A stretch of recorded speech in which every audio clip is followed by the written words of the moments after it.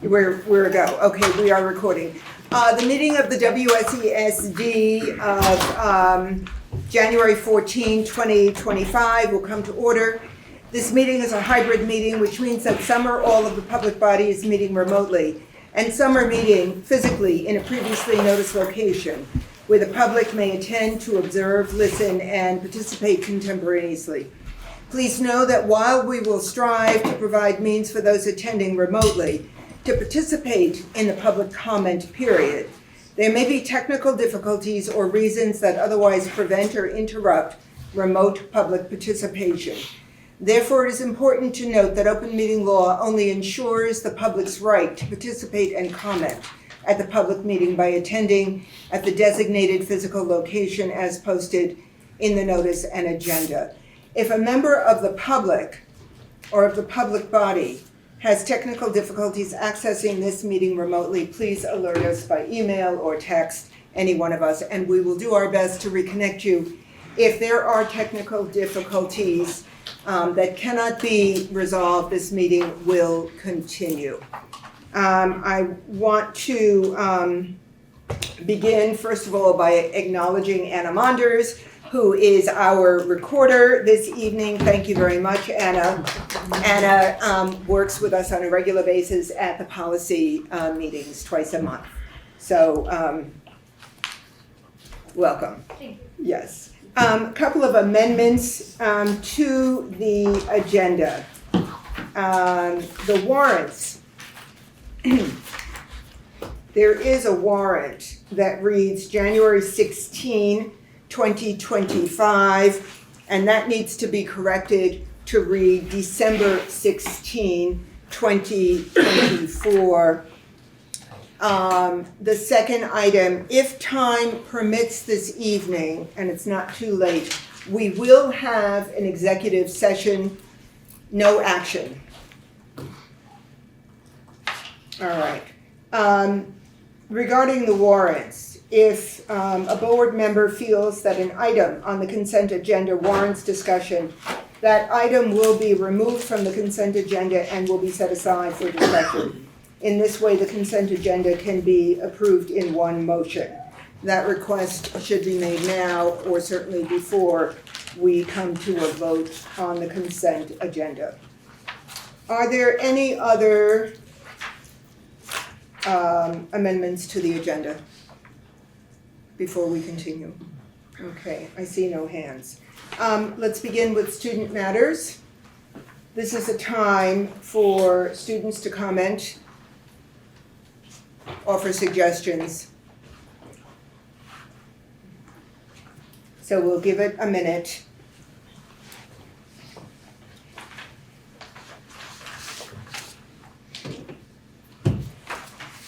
Okay, I don't see any student hands. Let's move to public comment on non-agenda items. This is a time for the board to listen and to take notes. It is not time for the board to respond to comments or to engage in dialogue with the public. If appropriate, the board and administration will work on next steps. So this is time for public comment on non-agenda items. Okay. Please identify yourself by name and your town. Martha. Hi, good evening. I'm Martha Noyce, Brattleboro. I'm following the calendar that was passed out several months ago and noticing that very shortly, I think it's in 2 weeks, on January 25th, the public information meeting will be happening. And correct me if I'm wrong, but I was just encouraging who's presenting this to get the word out there in multiple media ways so that the public can have time to put into their busy schedules moments to attend or address any questions they might have. You said January 25. Is it January 25 or is it January 28? You're correct. Oh, okay, good. I thought I was missing something here. Yes. That is the next board meeting as well. And it's a public information session. as part of the board meeting. So will there be additional information going to the public that it's beyond the regular school board meeting, it's a public information meeting, more than we can come at any time, really? That's a great question. Board members? Do we do something beyond simply an agenda? Do we advertise it? Matt Chibley? I could be wrong, but my understanding is that when these are posted on social media, when the email goes out, I remember vividly last year, it being the topic of the budget public information session was clearly noted on that meeting, and I would anticipate something of a similar being done this year. Okay, so I'm looking down the line to Communications Council. The Communications Council is gonna be talking about some of these things, we're meeting this week. But my understanding about the next board meeting and the budget portion of that is that is the statutorily required, or at least it's the required. We're required to have that meeting and that public engagement, but it's not, I wouldn't say it's like, it's an opportunity for people to ask questions, but it's still a lot to go through. So I'm not sure that it's like the putting out flyers to say, come and, engage. I'm not sure that's the best environment for it. I think that the board should be considering, and we'll talk about it in the Communications Council, just having some other kind of come and, coffee with the board, like something that's more casual, smaller, and allows people to have a less formal environment to talk about it. I think that would be more meaningful. That doesn't take away from the importance and the necessity of the, I can't remember the date, but the next board meeting, that's a requirement that we must do. Mm-hmm. And so anyway, so that's the long way of saying we are going to be talking about this at the Communications Council meeting, which is on Thursday at 10 o'clock. Mm-hmm. All right, and just as a point of information, there is another public budget information session on March 11, and that is encompassed within a board meeting. Right. Okay, March 11. So there are two of them. Mo and I recently confirmed that with Frank Rucker. Correct. Yes, okay, good. I'm just getting confirmation. So, Martha. That sounds fine, yes. Okay. Thank you. All right, great. Thank you very much. What's Jody, your would name you over here? identify yourself and your town? Jody Normanville from Dummerston. I'm just questioning if this is also going to be a regular meeting. I'm hoping that there will be plenty of time for, if there's any public that comes, there'll be plenty of time for them to ask questions without going into 10 or 11 o'clock at night. Yeah, it is a regular board meeting, and I'm looking to reduce board business. Place it as much as possible at the end, only vital issues coming forward, so that the dedication is to finance. Okay. I had something else in mind too, but now I've forgotten it. Okay, all right. I'll remember. Oh, I know what it was. It had to do with the fiscal report, number 5 here. So is that the place that we're going to be able to ask more questions, or questions that have been asked? And I want to thank Frank for Frank's very good at answering questions from me, and I want to thank you, Frank. But there may be questions that other people have, or other people want to hear Frank's answers. Yeah, we are going to spend considerable time this evening Okay, under the fiscal report. thank you. Right. Mm-hmm. What I have down right now is an hour for that. Okay. All right. Other comments from the public? Questions on non-agenda items?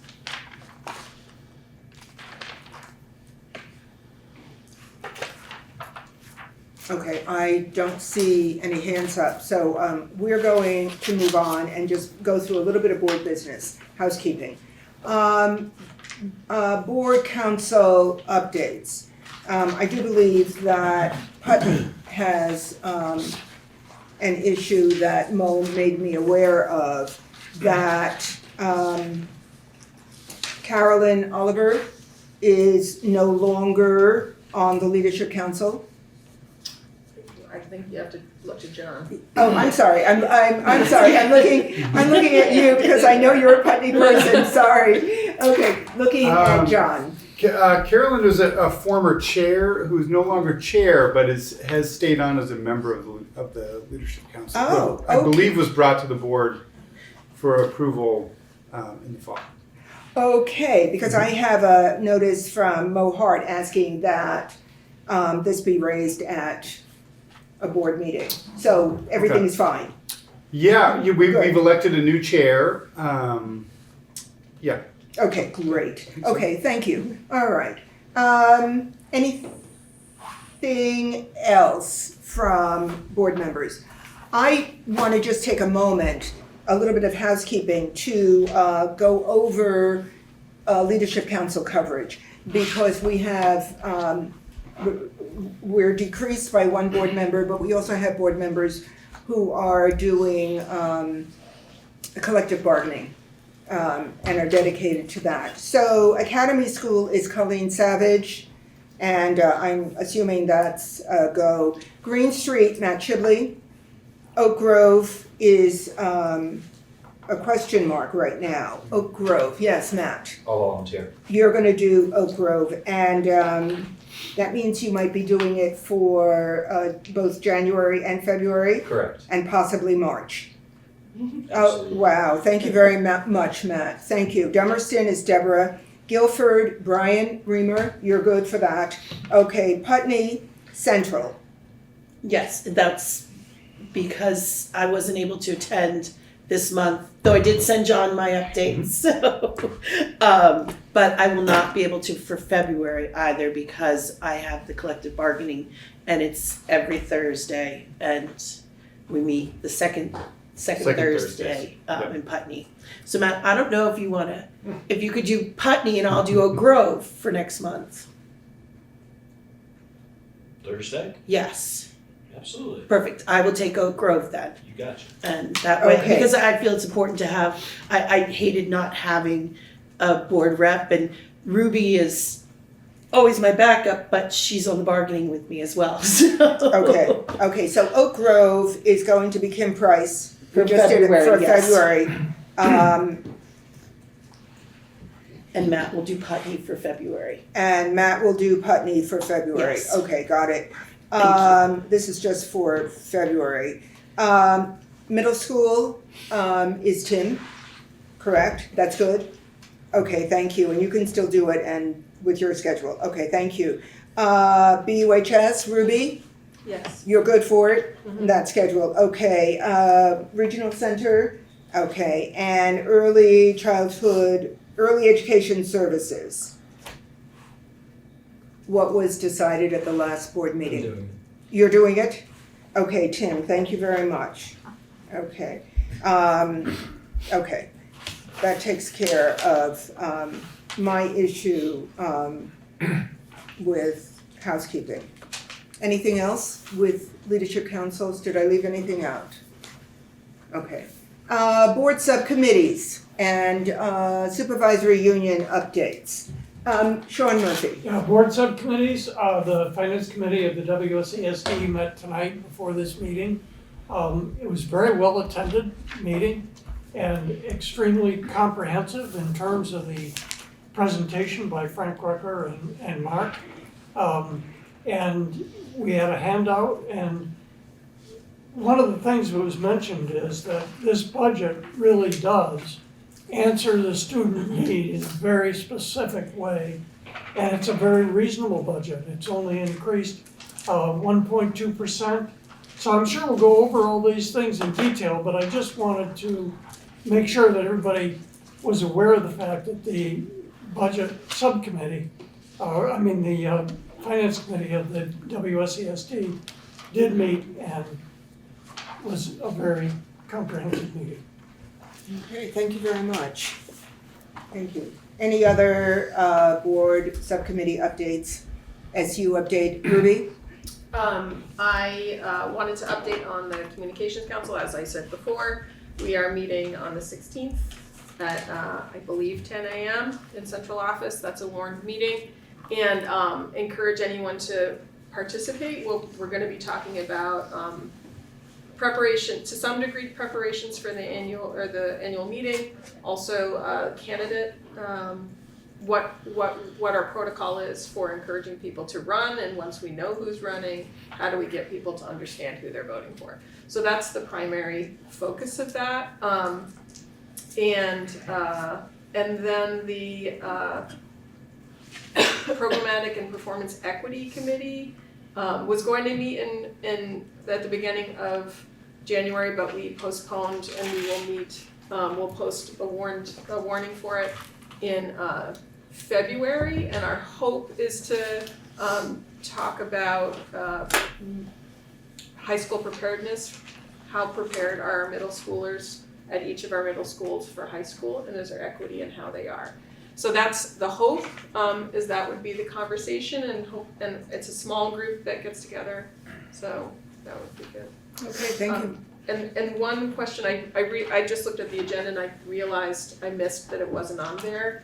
I don't know if it can live in Communications Council, but I do have the results of, and can talk about we sent a survey out to our staff and to the community around staff appreciation. Mm-hmm. I don't know if we want to do that at another meeting or if we want to discuss it today, but I have prepared for that. Okay, all right.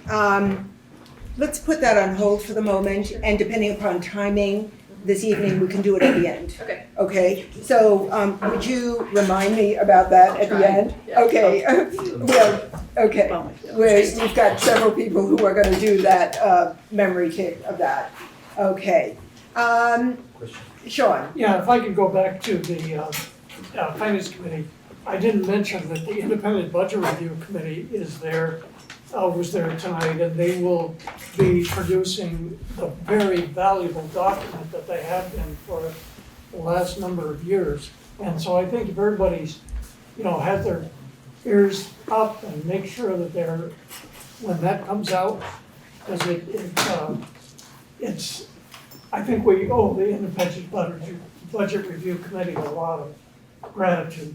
I think they've done an excellent job, and it's all volunteer and they're dedicated. So. Yes, I want to second and third what Sean just said, as the Independent Budget Review Committee just walked in. So kudos to you, and lots of silent applause to you. Thank you very much. Thank you. Oh, well, let's do. In anticipation of what we know will be a remarkable, comprehensive narrative that will make the whole process easy to understand. Question. Tim. For the Communications Committee, Ruby, Mhm. have you done anything to advertise the opening that the board has to fill for Eva's position by February 7th? Can I put that on hold for 1 minute, because that's next on the agenda? Okay. We are gonna talk about that, okay? So let's just bring that to that one point. Anything else, board subcommittees? Okay, SU? The SU had the shortest meeting in history last time, but the primary thing we did was approve the new food service director job description, so the new food service situation can move ahead. We've also begun reading a new policy to evaluate the superintendent and negotiate his contract. Okay, thank you. I'm gonna move on to the next agenda item, and that's vacancy on the board. And I'd like to begin in a rather formal way. Is there a motion for the WSESD board to accept Eva Nolan's resignation effective January 1, 2025, with profound regret. So moved. Second. Okay, discussion. All those in favor, please indicate by saying aye. Discussion. I'm sorry, before the vote, there is a question. There's discussion before the vote, right? I thought I just said discussion and I moved a little too quickly, sorry. Okay. I would just like to say that, you know, being a board member, the public sees our work in these public sessions. What they don't see are the many hours that we spend with each other in executive session, really grappling with very difficult situations and issues. And in these kinds of situations, a person's character really comes through. And that, Eva Nolan was a person of character, strong character. And that's one of several reasons why I and the other board members, I think, will truly miss her. She can't be replaced, but I'm sure that somebody will come with a different set of skills and talent. But yeah, it's I'm gonna miss Eva on a professional and a personal level. Other comment? Jody, I just Normando. want to second that, because watching as a public and watching, I mean, she wasn't right out there on talking on every issue, whatever, but when she said something, it was profound and it was very well thought out, and I'm gonna miss her too, so. Yeah.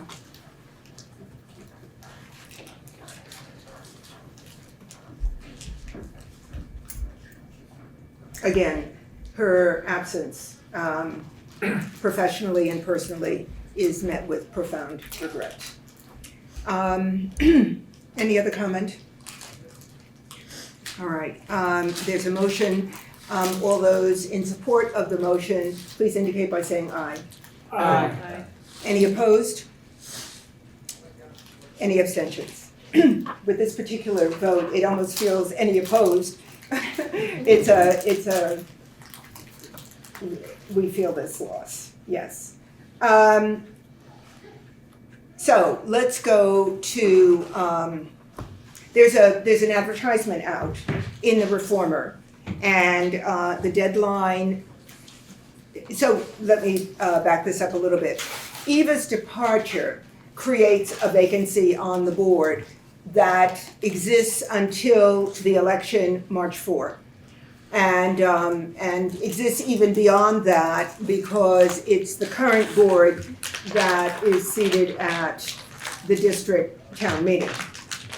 So there are two issues going on here with Eva's withdrawal from the board. One is the short-term interim board member for the vacancy, and then in March, the vote to complete the rest of her term of office, which is a 1-year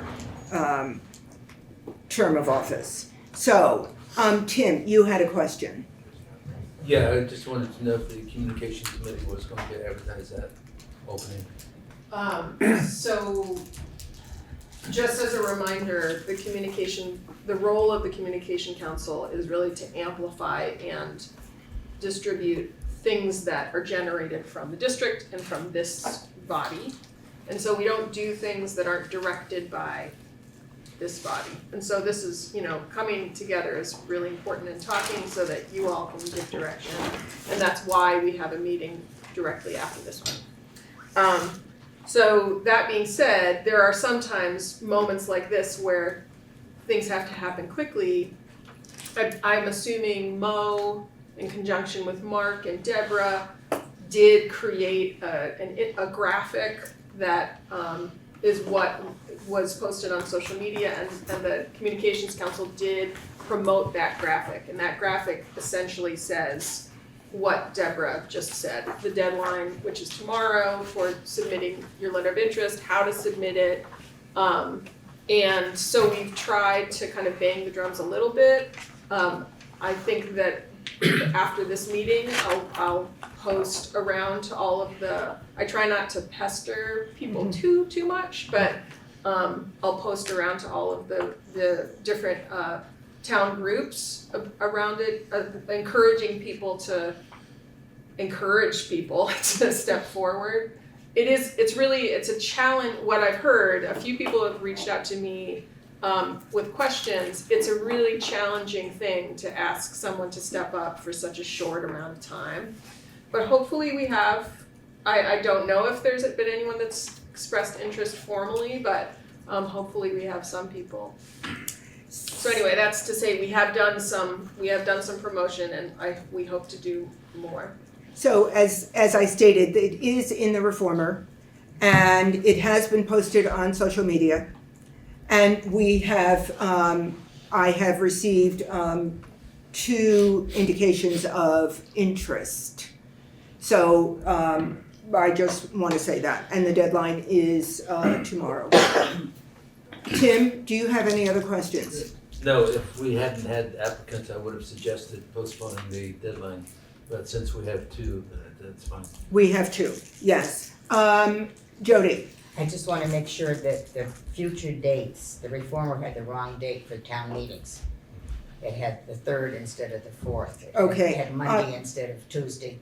And so I wanna make sure that the future advertisements Okay. for the election are correct. Are correct, March 4, yes, all right, thank you.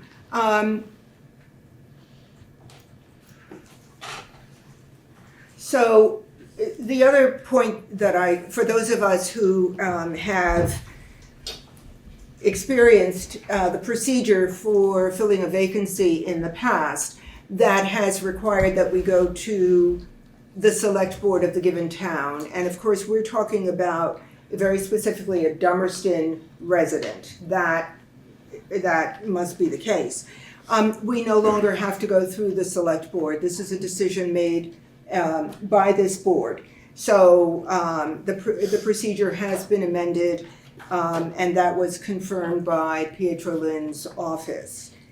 My question as we go forward with this, the next board meeting is January 28. What is the will of this board in terms of seating a board member before the January 28th meeting? What does this board want to do? If we are going to seat someone before the 28th, we need to have a special meeting, and it would have to be next week in order to meet with the candidates and for the board to retire into executive session to make a decision. Kim? I think it's important that we have a special session next week because we need to, we have 2 people, we could potentially have a couple more by tomorrow's deadline, but we want to get everybody on board with the budget and all of that coming up. I think the more time that person has, the better for them. Okay, all right. Did I see a hand down the line? You answered the question I had. Okay, all right. So, can I hear from other board members? Should we proceed rather quickly with this? The other concern that I have is if we wait until the 28th, in keeping with budgetary season and questions and the public, it will make for a long meeting. And I'd like to avoid that. Matt? Madam Chair, I'd like to make a motion that the WSESD conduct a special session next week to review applicants for the vacant board seat. Okay. Second that. Second, we've got a second. Discussion. As part of discussion, do we actually want to pin it down right now to a particular day? This is not, we don't have time to do a doodle to figure this out. So let's do it this evening and attach it to that motion. Does that make sense? Absolutely. Okay, so we have got Tuesday, the 21st. How does that work for board members? May I ask a question? Yes. Is there any flexibility around the timing. My next week is not very favorable to anything. But if we were able to meet at 5 instead of 6, that on some days that would make it better for me, and I don't know if that's agreeable. Okay, can you make it 5 o'clock on Tuesday, the 21st? No. Ooh, la la. So, okay, so what are we talking about for 5 o'clock, Ruby? Well, on Wednesday or Thursday. Okay, so I'm now looking at Thursday. Thursday, No. Oh, we can't do it Thursday. Oh, What's you, Thursday? okay, you've got to update your calendars, ladies and gentlemen. You're busy on Thursday. Well, Are you Yeah. busy? Well, we're, I'm skipping that meeting because my kid has a concert Yes. for that one, but We have negotiations. But she would. That's what I thought. So, okay, you can do it, but numerous other people cannot. Yes. Okay, so let's leave Thursday out of the mix altogether. Tim, you and I have a commitment on the Wednesday at 5 o'clock. We may have to cancel that. Or Friday. Cancel. Did I hear cancel it? Yes, I think you should cancel it. Cancel your commitment. I have no idea what it is, but Wednesday sounds great to me. Okay, considering, can I just say, wait a second, in all good humor, considering that we sit on the board with students as a primary focus, that meeting on Wednesday is with students. So, Okay. yes, so we could just push them to the side. Bring the students. Bring the students. Good learning experience. Okay, so we have, Ruby, can you do Wednesday? Yes. Okay, oh, okay, we can do Wednesday. Can I just see a show of hands, please? How many board members can do Wednesday at 5 o'clock? Okay, can I see hands high so I can see them, please? Okay, okay. Tim, you're not putting your hand up. Colleen has her I thumb can't. up, so. Colleen has her thumb up, what? I can't for 2 reasons. Do Wednesday. Okay, you can't do Wednesday at all. Okay, let's just hold off on this. Tuesday, the 21st, 5 o'clock, can I see a show of hands? Okay, and does Colleen has her hand up? Okay, we've got Tuesday, the 21st. Okay, wow. And let's go with, just to get a sense, Friday, the 24th. Can I see a show of hands for Friday? Huh, okay, Friday, Colleen. All right, what do we say, board members? Are we looking at Friday? We're looking at Friday, the 24th. So this is Friday. And on Friday, I don't care about time. Friday. Sorry, I'm not laughing at you. Well, Friday the 24th at, do we want to do it early in the evening, 5 o'clock? 5 o'clock. Okay, 5 p.m. Okay, I'm assuming that the candidates can also do Friday at 5 p.m. And if Friday is not Friday, oh Lord, I forgot all about the candidates. It's just about the board. I don't care. If then the other day that made sense was Tuesday. Can I just see a show of hands for Tuesday, please? Sorry about this, all of this. Tuesday. Okay, and Colleen has her hand up. So the second choice will be Tuesday. Sorry, Ruby. 121 at 5 p.m., 6 p.m., something like that, right? Yes? Yes. Okay, 5 p.m. Okay. And then, so we've got Friday, we've got Tuesday, and then the third option will be Wednesday. The third option will have to be Wednesday. We're going with a quorum, okay? Right. Ruby.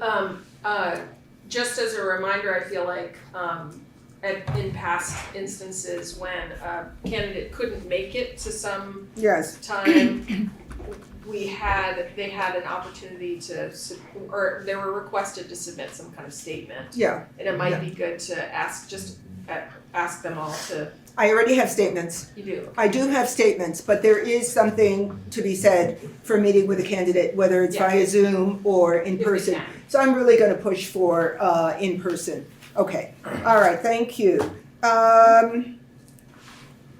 So we have a motion on the table, yes. Location. Location. Can we, Kuzic? Yep. Got it, we got Kuzic, that was easy, thank you very much. Okay, Kuzic.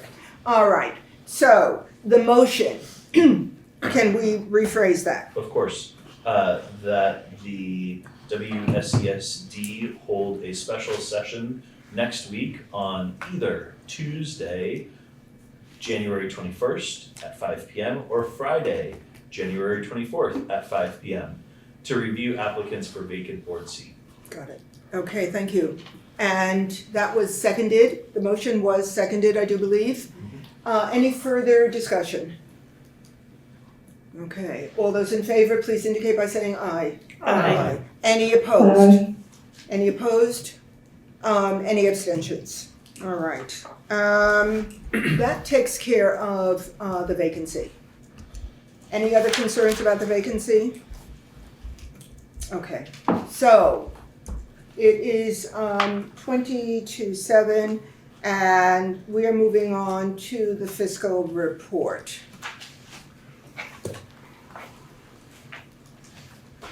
Okay, I'll start with a little intro, Frank, and then turn it over to you. So as everybody knows, over the past 4 years, we've benefited from receiving millions of dollars in ESSER funds to support our school system and students. That's also a challenge in how to invest that amount of money. We've chosen to invest in our buildings, in programs and curriculum, and also in new positions to support students' needs academically and socially and emotionally. Knowing that for the long term, we wouldn't be able to support all of those new positions in terms of passing budgets. So that's where the challenge comes in.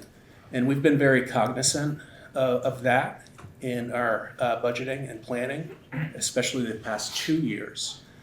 So we have really leaned into attrition and reducing staff positions over the past 2 years to bring us to a fiscally responsible budget that we will be presenting tonight. I just want to highlight, it's not been an easy thing to do, to manage so much money invested in the school system, but then also know you're going to have to deal with reductions over time. So I think it's the resource management of our administration, admin team has been pretty remarkable. We haven't had to face any rifts.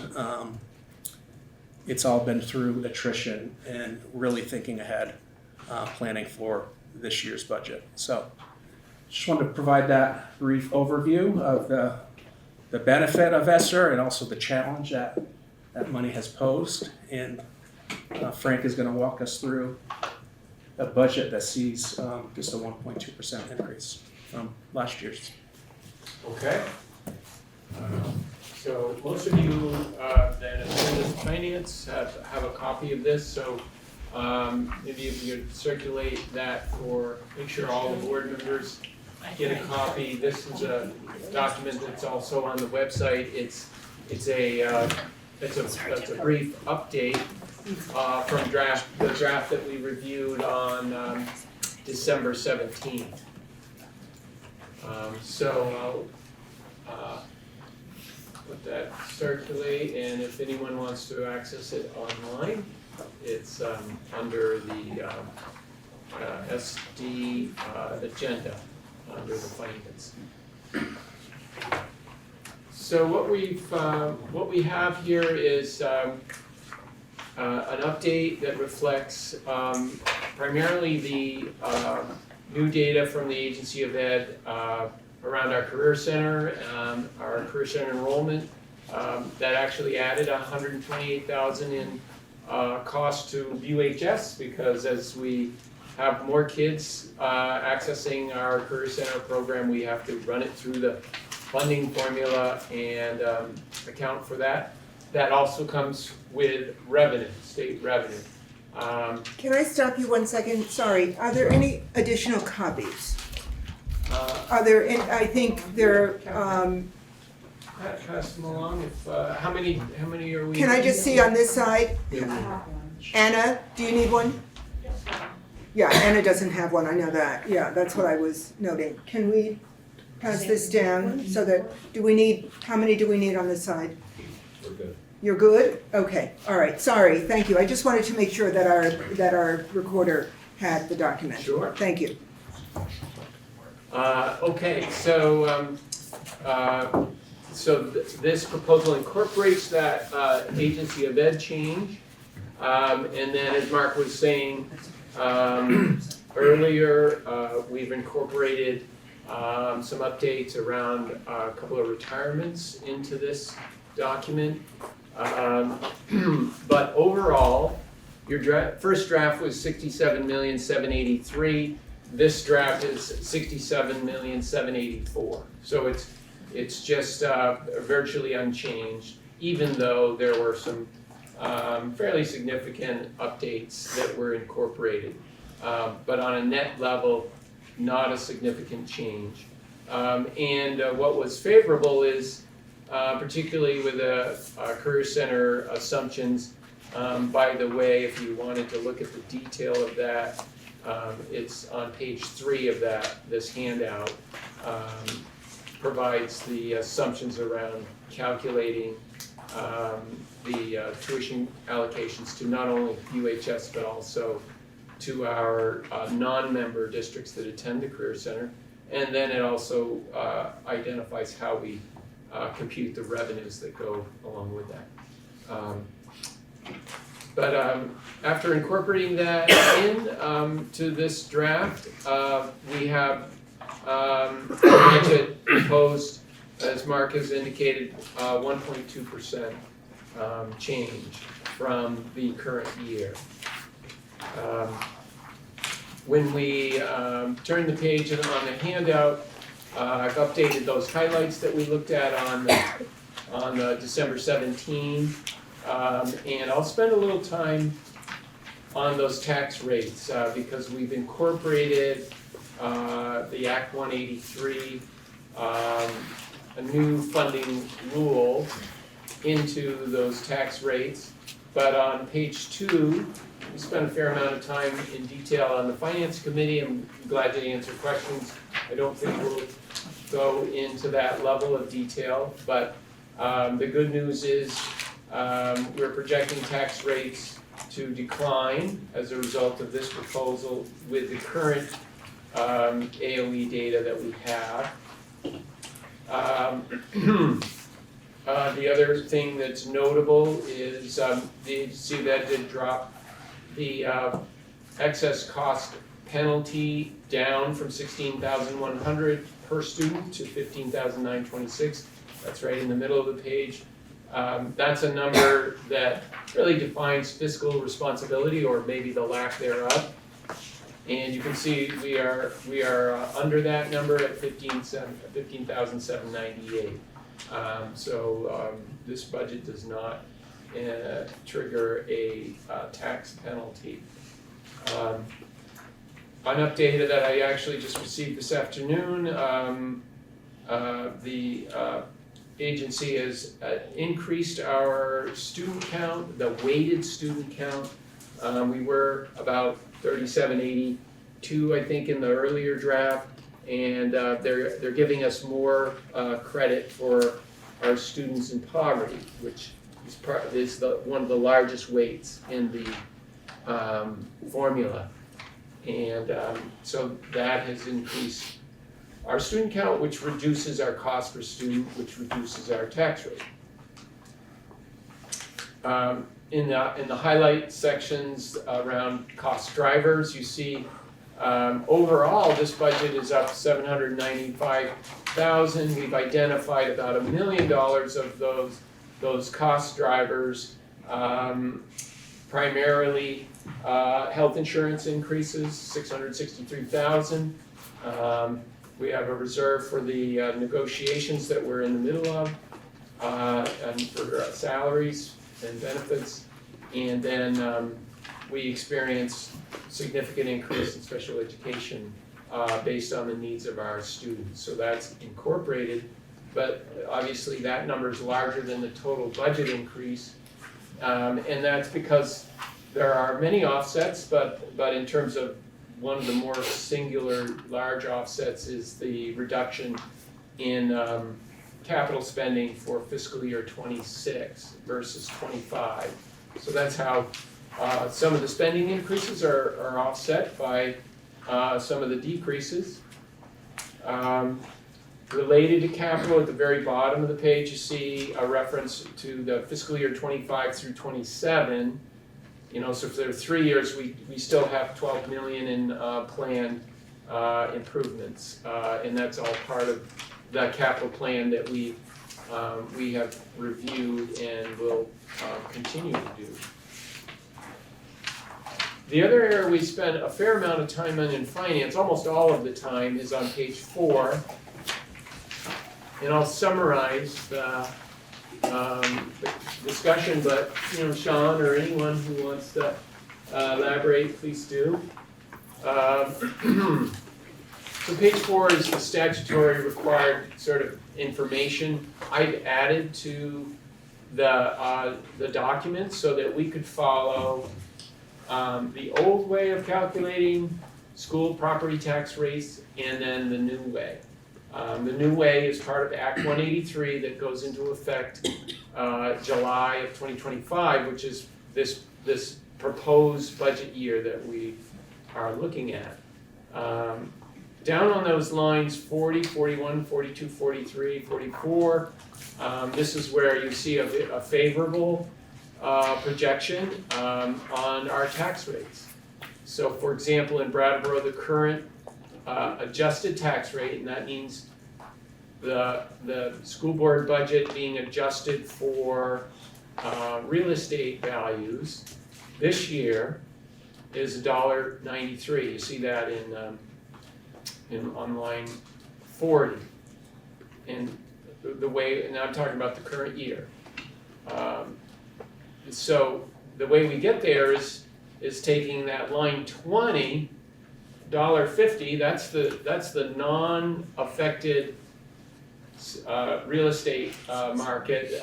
That's the board's budget presented, which is strictly spending divided by kids and then divided by the yield is $1.50. That is the number that the board presented to the electorate in March. And because Brattleboro's CLA in this current year is 77% of market value, that $1.50 has to be raised to $1.93. That's the equalization formula in Vermont. It says if a town has not 100% assessed property values, then the state will equalize it by taking the variance between market and your town assessment and will increase your tax so that it reflects what it would be if you were 100% reflecting current sales. So that's the old system. And under that system, folks, if you checked your tax bills, that's what you would see. Dummerston, $1.78, Guilford, $1.56, and Putney, $1.35. That's current year. When we go through all of the calculations for the new year, I've done it both using the old math and the new math. The math results in the same tax rate, and you see that comparison. Brattleboro projected tax rates going down 1.7% for $1.90. Dummerston, because they have this very unusual drop in their CLA, I'm looking at line 36, going from what was this year 84% of assessed value, dropping way down to 70% of assessed value of relative to market. Because of that 16% change, the tax rate's gonna go up 16%. But because our school board proposed tax rate is down 11%, you can see that on page 18, line 18, that offsets the Dummerston increase. Just like it offsets all of the increases, but Dummerston's CLA is just such a large change. Our reduced tax rate does not completely offset the real estate impact in Dummerston. But in Guilford, down 6% on the tax rate, going from $1.56 to $1.47, and Putney down from $1.35 down to $1.34, about just a 1% reduction. So overall, on average, this budget is projected to reduce tax liability, and that is assuming that the legislature leaves in place the funding formula and the indices that you see in this document. The statistics are based on the tax commissioner's letter that was shared with everyone December 1st, and then the most recent data that I received today from the agency event. So that's our sort of draft 2 update. Not, mostly clarification of tax rate calculations, applying Act 183. That's what the balance of this handout is. You have the CLA change document by the tax commissioner that explains the math, and then on page 9 you have the agency of ed providing sort of a similar explanation of the way the Act 183 changes the math of presenting the school funding formula to our public. Page 11, just as an example, is the source information for the CLA and the state, what are they calling it? It's the state adjustment. So there's some definitions for you if you're interested in sort of the mechanics behind or the math behind these. And then maybe the last thing I'll review, here's page 13, just a reminder of our planning calendar. So this is the budget timeline that we all agreed on back in November. And you see here we are, second draft on January 14 on line 18.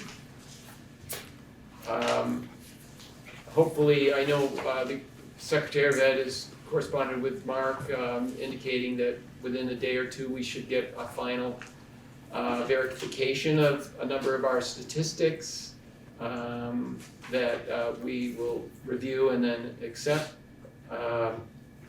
And we're scheduled for a final budget discussion. I'm assuming we may have a couple of adjustments as a result of the meeting this evening. Part of the board questions that were forwarded to me included suggestions such as reducing board legal expenses, which obviously it's in the board's purview and discretion to set their budget. So I will incorporate any changes that occur in this evening, and then I'll have that final draft at our next meeting on the 28th. From there, we, no changes here, but just reminders, need a warning approved by the board on the 11th of February. It gets posted. And then we, as Deborah mentioned earlier, public information meeting on the 11th of March. And the vote by the electorate on March 18th. So here's our outline. An update. Okay. Questions? Jody? Frank, maybe I missed it in all of that, but something happened in the state. I know you've got Dummerston down here at 70.48. but they did something in the state to take care of that. So what's applied to your tax rates is now 97.4. That's So the what does state that do to adjustment. this sheet that you've got here? Yeah, the sheet that we have here applies both methods, and as the state indicates in any of their literature, it's not gonna change the end result, it's just two different ways to do the math. Like if you look at your handout on page 6, Yeah, on the page 6, page 6 from the tax department, that's what I've got here from the Yeah, tax department. yeah, you see what this is from this fellow Jake Feldman, senior fiscal analyst at the Office of the Commissioner. It's the second green one, Jody. Yeah, because I got this from our town clerk, Yeah. so. Yeah, so you see that statement there that's on that page 6, it's a narrative. Does not affect how much the property owners will pay, does not affect Okay. how much the property tax Vermont towns send to the state ed, does not affect how much property owners pay in property taxes.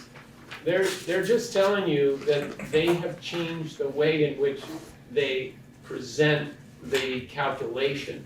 And it is confusing to most folks, but. Well, this is confusing, always has been confusing Yeah. to most folks. But what I've shown is both ways to do it, which then results in the same $1.89 for Dummerston. So I can walk you through the math if you'd like. No, my husband's already walked me through the math. Okay. I was just trying to figure out why it's affecting the tax rate and what's the difference there. So in the end, it does not affect the what's called the adjusted tax rate, the one that shows up on our bills, the one that we all care about. What it affects is what's called the equalized tax rate back up on page line 18 on this sheet here that we're looking at. Okay. And I've shown the two ways. If we use Act 183, Yeah. then it's $1.84 for FY26. But if we use the prior method, it's $1.33. Of course, we like the $1.33, but to like the $1.33, Jody, it's as simple as you take your $1.33 and you divide that by your Dummerston 0.7, and you're gonna get $1.89. The other way to do it is you take the state's new number, $1.84, and then you apply what you just said, the state adjustment, which is this 0.907, and that will get you to the same $1.89. Let's see what gets the same. And maybe one last clarification on that, because I'm glad you're asking, just because there's a lot to this, but if you look at page 10 in this wonderful handout by Handout. the Agency of Ed, It's the last green one. the last green one. If you look at page 10, to specifically answer your It's got help over here. to specifically answer your question, and like, for example, if Paul is doing math on a calculator, it is not that complicated as long as you can interpret, what is an ETR. ETR is equalized tax rate. And what you're asking, Jody, is how did they get to the state adjustment? Well, it says right there, CLA for the town of Dummerston, which is 0.705, like you know, and it's divided by the statewide adjustment, and that number is 0.7236, which I don't know, you can't find that too many places, but I put it on page 4, so I would remember it, and it is on my example that I gave you for Brattleboro. It's on the state thing too, so. Yeah, and it would be for Dummerston, and so they show you the math, which is basically they're taking the town CLA, divide it by 0.7236, and that is a 0.97. And then they're applying that to the $1.84. And that's how you get down, you get Dummerston to $1.89, you know, which is, you know, that 0.97 is almost a 1. You know, if it was a 1, you'd be at the $1.84. Well, you're $1.89 because of the CLA change. And I'd love to hear a rationale why the state introduced this another level of complexity to school funding. I have not heard a rationale for this. No, and once you get used to the old way, they change the thing anyway, so it doesn't matter. Thank you, Frank. You're welcome. May I? Other questions? Yes, Ruby. Just sticking with this for just a second, because I really wanna, I feel like page 4 is like my life raft when I look through the budget. And I'm confused about where to find the state CLA. I understand town CLA in the old way. Where do I find, what number here shows the state CLA? Well, I've written it in here, in the title there, you see line 32. I've written the statewide adjustment of 72.36 represents the average CLA for Vermont. If you can find where the state got that number, I'd love to see it too. But you see that is printed, if you go to, Jody has in her hand over there, what was sent to the select boards. You will see that it's there as well. Then we had the meeting with, yeah. Okay. There's some value in being box, but Okay. I'm not the one that can do that. Hold on, I know what it is. It's No, key. there we go, okay. So that's the source of the information. You see for Brattleboro, I've included it, if you looked at the Putney, it's the town CLA divided by the 0.7.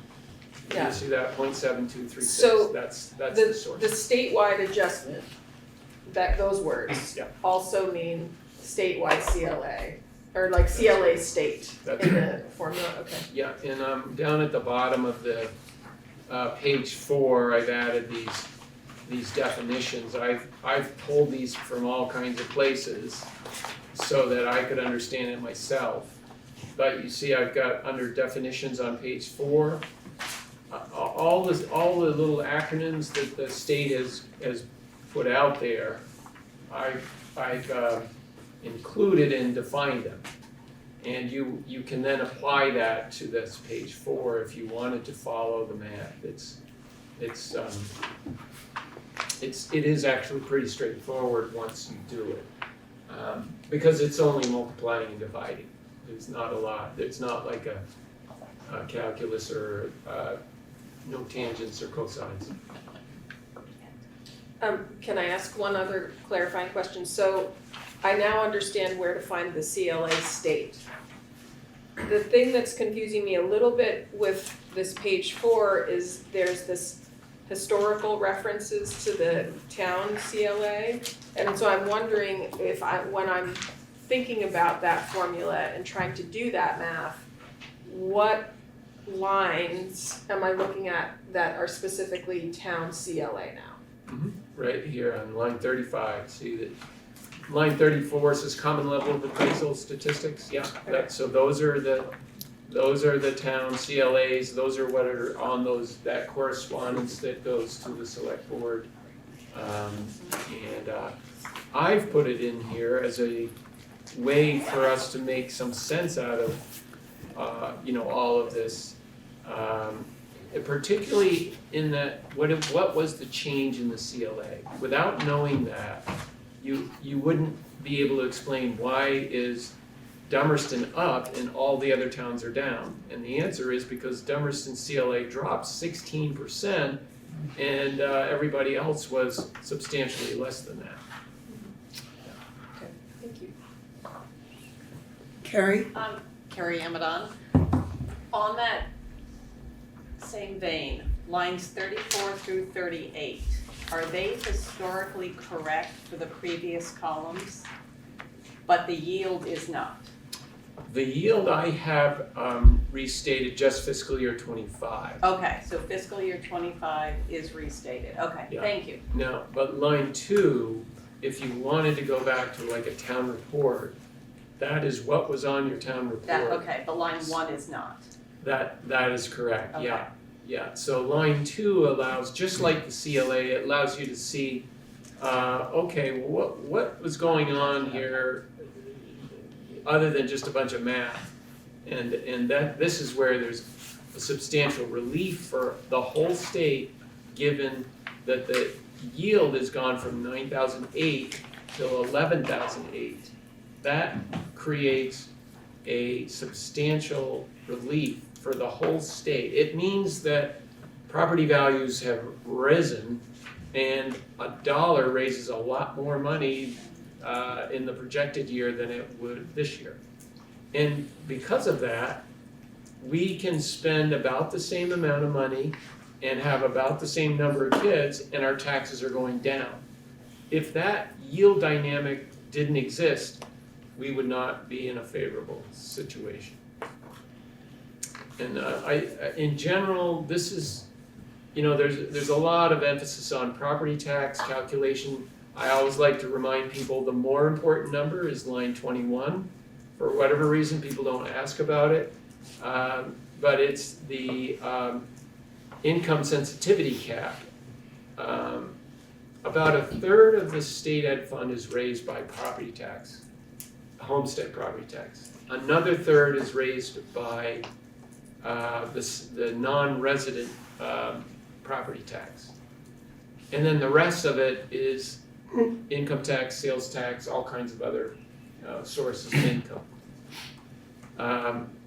But the really important thing for most Vermonters, it used to be 80%, I guess it's now, I don't know, Christina, if you've seen, is it more than 60? Yeah, it's in the 60s, right? Around like 60. a little under 70, I think. Yeah, so somewhere around 60 or 70% of Vermonters are subject to the income sensitivity cap. That is also a favorable statistic this year. We were just about 3% on household income this year. We're going down to about 2.6% of household income, if you're eligible. So all of this is because property values, that 1/3 household and 1/3 non-resident property has risen tremendously, as we can see, particularly, in Dummerston. But across all of our towns, Putney going from a 1.1 tax assessed CLA to a 0.99 means, property values rose 10%. And over what they were. Dummerston, 16%. And that's creating a very favorable environment for our taxpayers. Maybe not so much for those kids that want to try to buy a house in Vermont. Okay, other questions? I also do have a handout on, Ruby had asked, or maybe others had asked about school board historical expenses, so I do have that if I want That would be great. to run that through the group. Walk it around. Sure, or just specifically. So as that's going around, I'm going to recommend that we take a 10-minute stretch and then come back to this section of the meeting. If that is okay with everyone? Can I pass this down? Will that be questions and everything about the budget? Wait, we are gonna go right back into budget. But just take a 10-minute stretch. So we'll come back at 7:20. Help me. 7:24. 7:24. We are coming back to order right now. Thank you. Let's go back to discussion about finance, please. And the handout that we're looking at, school board expenses. So I leave it to the board members to raise issues.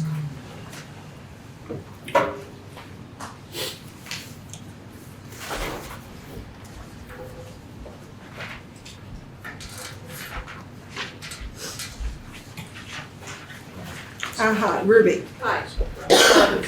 So I raised this issue in these issues in an email. I asked for some specifics and some clarity around 3 particular line items, and they are legal expenses, printing and binding, travel, and supplies. Those are 4 separate line items, because I felt like those were the ones that there was either significant change or things I didn't understand, or like, I was like, why are we spending all of that money? So I asked for specifics, and Frank delivered on that and that just handed out everything except for legal, because as he's been very clear, that's not his purview, and that's, so he, Yeah, but you do have the legal spending on the first line, yes, we have the kind of like, the total. so the question, I spent that break not walking around and stretching, but actually looking at these figures, and might need a little bit more time to, but I think that it's worth, particularly in the world of supplies, most of the supplies that most of our supply budget has been spent on food items for ourselves, for retreats, for things that we in meeting have needed food, but also for food related to the Student Advisory Council. And I think that it's important that we budget for, there is a certain amount that we are going to need to spend. I think that there's value to having food at the Student Advisory Councils in order to make them a welcoming place. But I think understanding what we've spent is important. If you look at the breakdown over the trend over the past 5 years with our supplies, it went in 2020, 2020 was a specific time, but it went very low in the 3,000s, and in 2023 it was up to 12,000. So we're starting to go down again. I think it's worth us evaluating that, specifically with food. I have not really, I don't have as much issue with printing and binding and travel. I just kind of was curious about it. I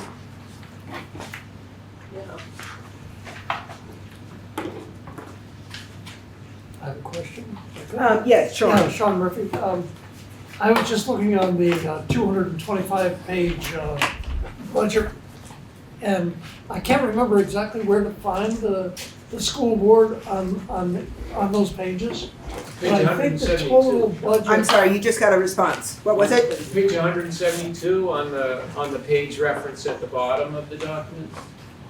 And I think that the full budget is just under $250,000. It is, yeah, 250,000, 395, proposed, 248, 871 the current year, yeah. So what we're looking at here is the total 12,000 is a pretty small percentage of that $250,000, correct? That's right. Yeah, the largest side item is the legal, and, as I said, I don't have an opinion on that, but it does seem that reducing that by 50,000 would be appropriate, maybe more, but I'm not, I don't participate in most of those executive sessions, so I don't know it's pending or otherwise, but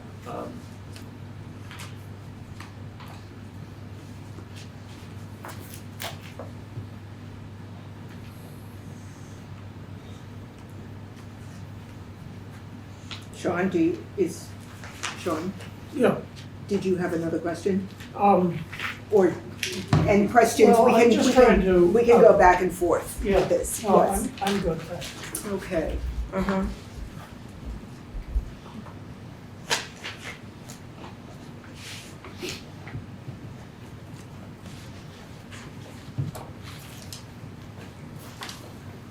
I would, Tim? yeah, I would just like to add that I think it would be prudent to reduce the legal expenses for next year. I think we can safely anticipate that we won't have the huge legal expenses that we've dealt with in the last couple of years. So I would be in favor of reducing it by at least 50K.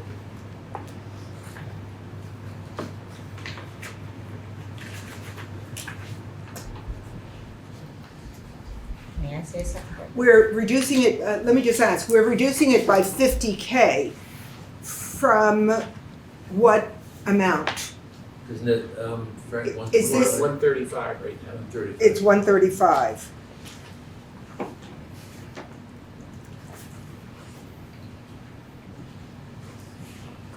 Okay. On this topic, Jody? I was just going to say, any reduction in several different areas would really help the people because everything's going up. I know our select board's way up. And then to hit a school board budget, a school budget that's gonna go way up. It's gonna be hard on people who really, low-income people who can't afford it. And so I just, as I said at the last meeting, I think every group should look really closely at their own and just say, I can really do without this. I'm encouraging that, that's all. Matt Shibley? I don't know that necessarily the administration would have an answer to this question. If we were to reduce our legal budget and something unforeseen were to happen, resulting in the board requiring additional funds, what sort of impact would that have? Well, everything rolls into, in public schools, into fund balance, difference between revenue and expense, and then that either adds to or reduces the cumulative fund balance. And we have had a reasonable fund balance, and in the event of a deficit that's due to a situation where you can't control it, meaning it's not discretionary, that's what happens. You draw on a fund balance as long as you have one. If the variance against the budget plan exceeds the fund balance, then the statutes allow a district to borrow in advance of setting a tax rate that replenishes the deficit. Fortunately, we've never had that situation, and we don't anticipate we will in the near future. And sorry, just one more question. Hypothetically, if there were to be a significant lawsuit in the future, what would be an appropriate amount we'd want to set aside?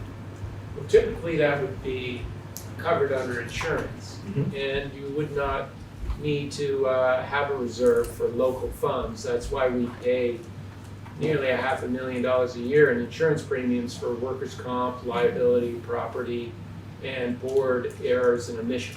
Yeah, so That's good to know, thank you. that's typical. And Tim? when we consider what we normally pay our district lawyer, even considering that, assuming we have a normal year, we would still have like a $60,000 buffer in case of some unforeseen event. So I think $50,000 reduction is pretty conservative, actually.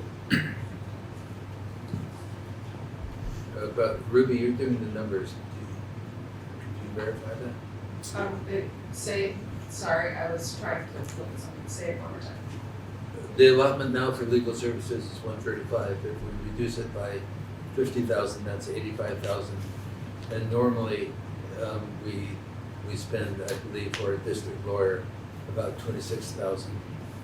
So that means that even reducing it by 50,000, you would have about a $60,000 buffer.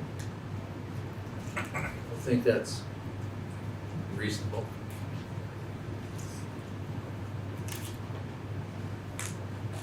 Ruby?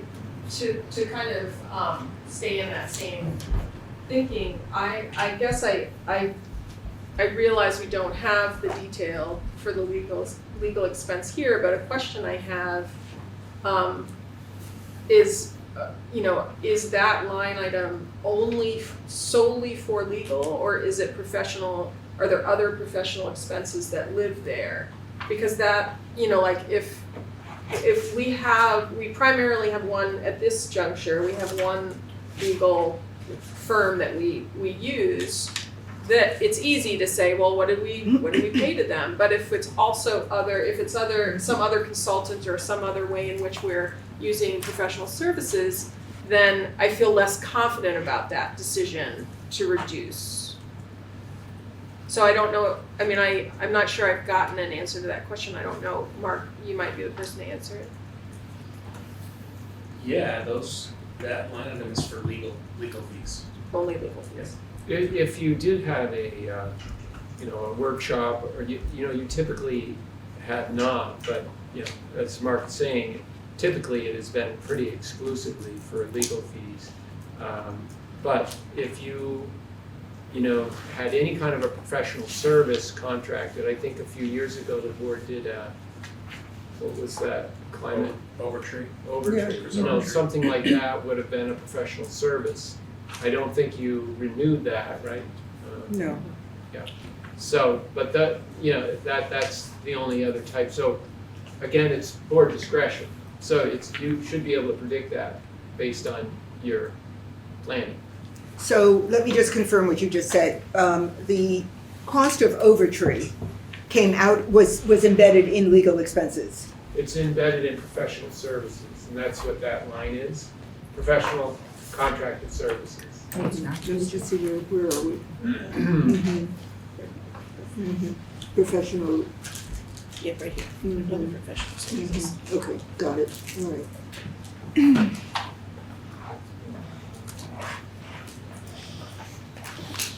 I have another question if I could. So, yeah, Overtree was unexpected, it seems to me, all of the history of that period. We do our best to plan ahead. I'm just hearing this and with a little bit of concern. Sean? Yeah, I'm just wondering, the FY '25 board education amount in the budget was $248,000. And I was just wondering how much of that was actually spent specifically for that line item 2311. Which period were you asking, Sean? FY '25. Once again, it's about $250,000 budgeted. And Well, I was wondering if it was. Yeah, so on the very far right on that first page there is the year-to-date for fiscal year '25. So, we're about halfway through fiscal year '25, and 16,000 has been spent in legal. You've got another 6 months of the fiscal year to go, but that's it, legal and professional services. So we're about halfway through the year, but we've spent more than half of the budget that was allowed for FY '25. Well, I think the legal budget was, 135,000, so you haven't spent much at all in. No, I was thinking the whole budget. Oh, for the whole budget, yeah, it's, the whole budget for the school board, I believe we've dispersed the school board stipends. So, that's a significant part of the budget. 72,000. Yeah.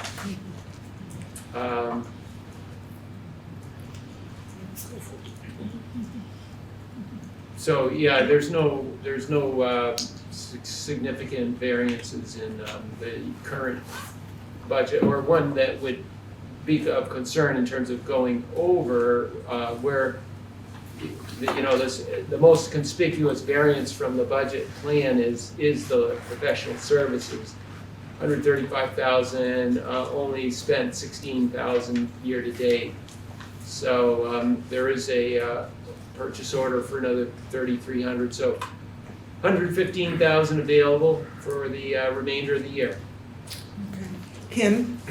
I thought I'd make a motion that we reduce the school board's other professional services from 135,000 down to 85,000 for fiscal year 26. Second. Discussion?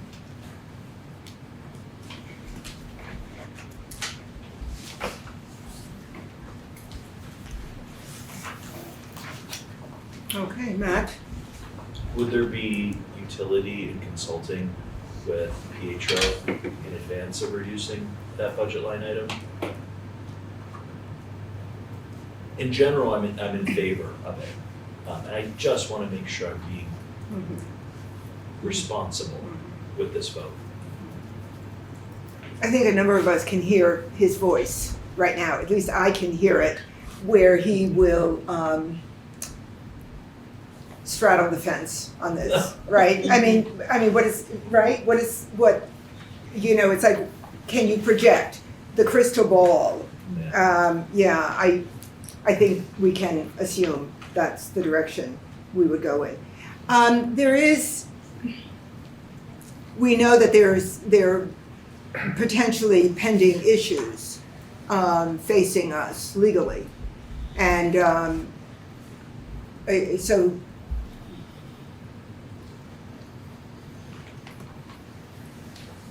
I don't know if this is an appropriate question or not, but if is it better to over budget in the budget, right? To stay at 135 and have a significant buffer, or I guess picking up on Matt's questions, what if we do have some overriding issue? Would it be better for us to stay at 135 or potentially have to go into other areas to cover the cost? Well, so our budget's about 60, 65, 67 million, 60 million plus over the last several years, and our budget variance in total on that level of spending has been less than 2%. We try to come in at somewhere around 1% or zero variance against the plan. So my point is as we work through with our team, with our principals, budget planning, we don't allow for undefined kind of buffers. We take our best assessment of what we predict our students are going to need, what staffing is required, what our capital requirements are, and we make that commitment, but we do not allow for, in this case, that would be, a difference between 135 and 85, that's like a 40%, 30% variance. We would not recommend that. If we did that across the school district, we would not be very accountable to the public for the taxes that we ask for. Other discussion? Ruby? It's my opinion that the 135 really reflected a need that no longer exists related to the sexual abuse investigation. And so from an expenditures perspective, in the years when we had the highest expenditures, it wasn't just a firm like Pietro's, it was also Amy Goddard. And I wasn't always on the board, so I don't know what else there was, but it was more. And so it feels appropriate to me at this time to reduce. I think 50 is realistic, and I actually think that still gives us, it feels to me like it still gives us room to, it's not restrictive, doesn't feel like. if you look back to 2020 and 2021, it was under 30,000. If we're at 85, we're still, we're still expecting the potential to be more. Okay, all right. Any other discussion?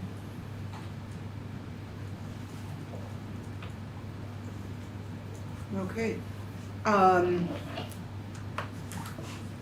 the motion again, can I hear the motion again, please, so that we can vote? Reduce the budget line item for professional legal for legal services, sorry, from 135,000 to 85,000 for fiscal year 26. Okay, thank you. All right. All those in favor, please indicate by saying aye. Aye. Any opposed? Any abstentions? Okay. I would just like to remind the board that every time an email goes to Pietro Lynn, there is a clock ticking and money is spent, and it's considerable money. And there has been an acknowledged policy protocol that communication with Pietro Lynn goes through the board chair.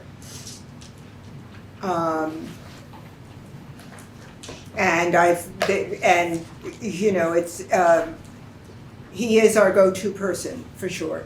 It's just to protect redundancy and to make sure that the issue is really fully discussed and with all the pros and cons, so that. Okay.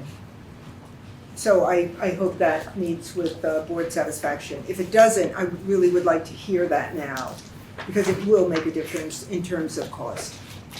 Ruby.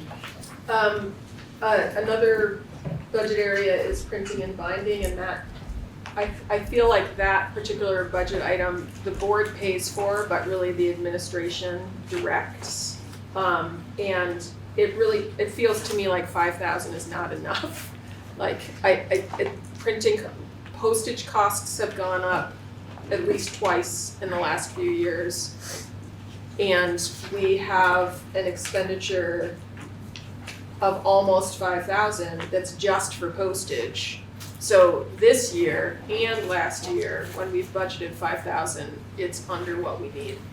And so I think I would appreciate a more more informed than me, but a more realistic, informed perspective on what the actual costs might be for printing, and that's printing of the annual report and any mailing of the little postcard that goes out, things like that.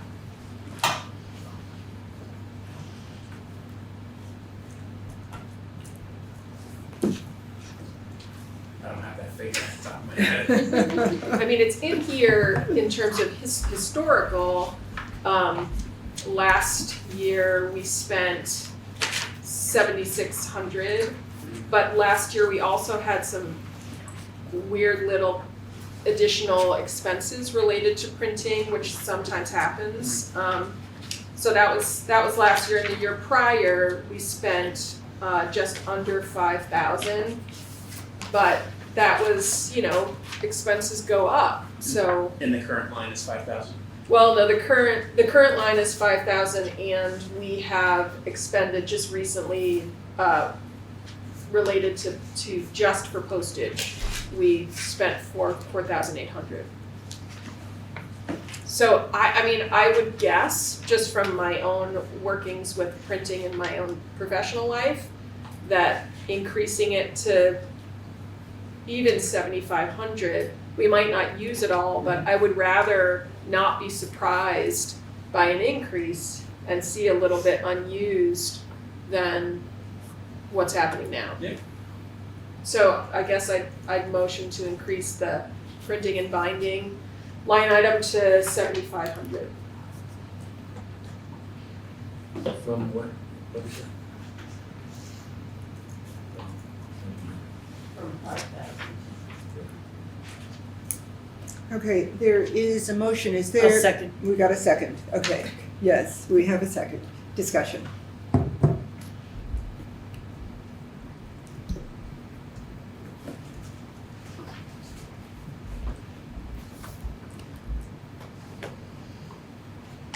Okay, all right, all right. So the motion is to increase printing and binding to 7,500.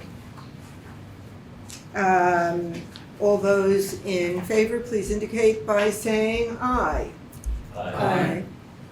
Opposed? Abstentions?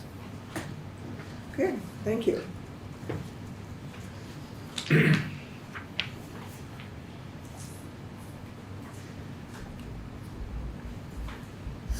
All right, Ruby? I don't wanna hog floor time, so I'm willing to table what I'm gonna say, but I do have one more thing to talk about. Okay. Ruby? Okay.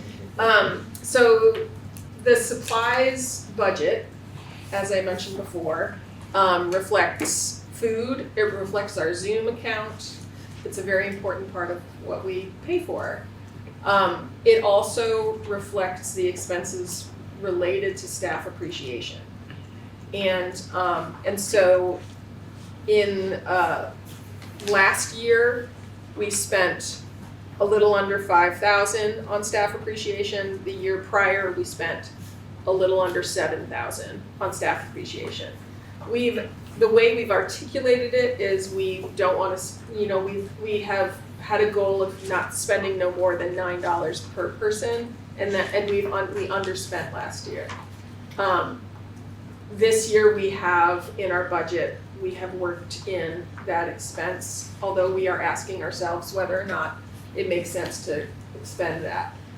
As we look to next year, I think it's a question we need to ask ourselves. And I don't know that we're like, I know that we've, Deborah set aside the conversation around this. I do think that there are some pretty strong opinions around whether or not this is a waste of time or whether it's a really good idea. But it's a significant portion of that budget. Because I see when I do the analysis of our expenses, our board expenses related to food, just for the board, we have been reducing. That has been reducing just naturally. And I think we made some efforts more recently to do that as well, which will reflect even more so. And in addition, although we, the Student Advisory Council is another expense, that stayed pretty consistent, although our current year expenditures, they're not done. So it looks like they're underspending, but they may spend quite a bit at the end of the year. So I guess I don't know how to proceed with this question, but I think, I'm not willing to make a motion to reduce the budget line item yet, but I think the real conversation is around that staff appreciation expenditure. Matt? I appreciate the conversation. I think it's wise for us to be judicious with it. I appreciate the board's efforts to limit our food budget. I think that's fiscally responsible. And I think $9 per staff member for staff appreciation, considering the tremendous lift and hard work that our staff members do every day in this district, is very, very reasonable. I would not be in favor of reducing that number at this time.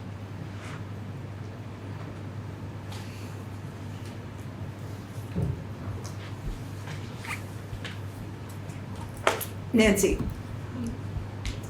I go back to what Ruby and Sean have been saying about the supply line and the amount that we're spending on food, and I want to give 2 points of perspective around that. The first is I run a couple of very expensive programs at the Career Center because we buy metal for them. One is the electrical wiring program, the manufacturing program, and our auto shop supply lines are very high educationally, I would say. And they come in at the moment right around $20,000 a year. And that is purely because of the fluctuations in the metal market.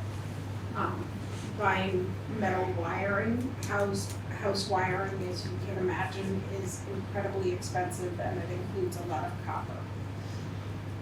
Having said that, their budget, as far as I'm concerned, is pretty much capped out at $20,000 a year,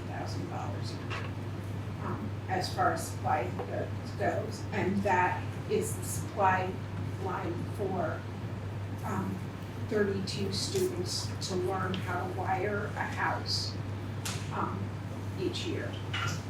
And so that is a considerable amount of money per student, but it is also, it's a commodity that we end up buying. And we're required to do that as part of having an electrical program. We need that going in. And we do a lot of things to try and offset that. I will also say that the average SNAP benefits, or the SNAP benefits for a family of 4 for a month, is $975. So when you're talking about spending $12,500, I think that's what Ruby said, in supplies for food, in a year, you are spending more per month than the average family of 4 receives in SNAP benefits. And I put that out there not to in any way be sarcastic or punitive or judgmental. What I'm saying is, I think it is incumbent on us as school district administrators and as board members to think very carefully about how we are spending money and what we are doing with that money and what we're billing to our taxpayers, basically. And I think in terms of that, we just need to think really carefully about, is there a way we can cut what we're spending? And is there a way we can cut what we're spending on food? And I realize part of that goes to teacher appreciation, but I just think we need to think about it. Okay, thank you, Nancy. Thank you. Ruby? I don't know if this is a emotional item, so I'm just gonna say it out loud and then somebody can tell me if it is.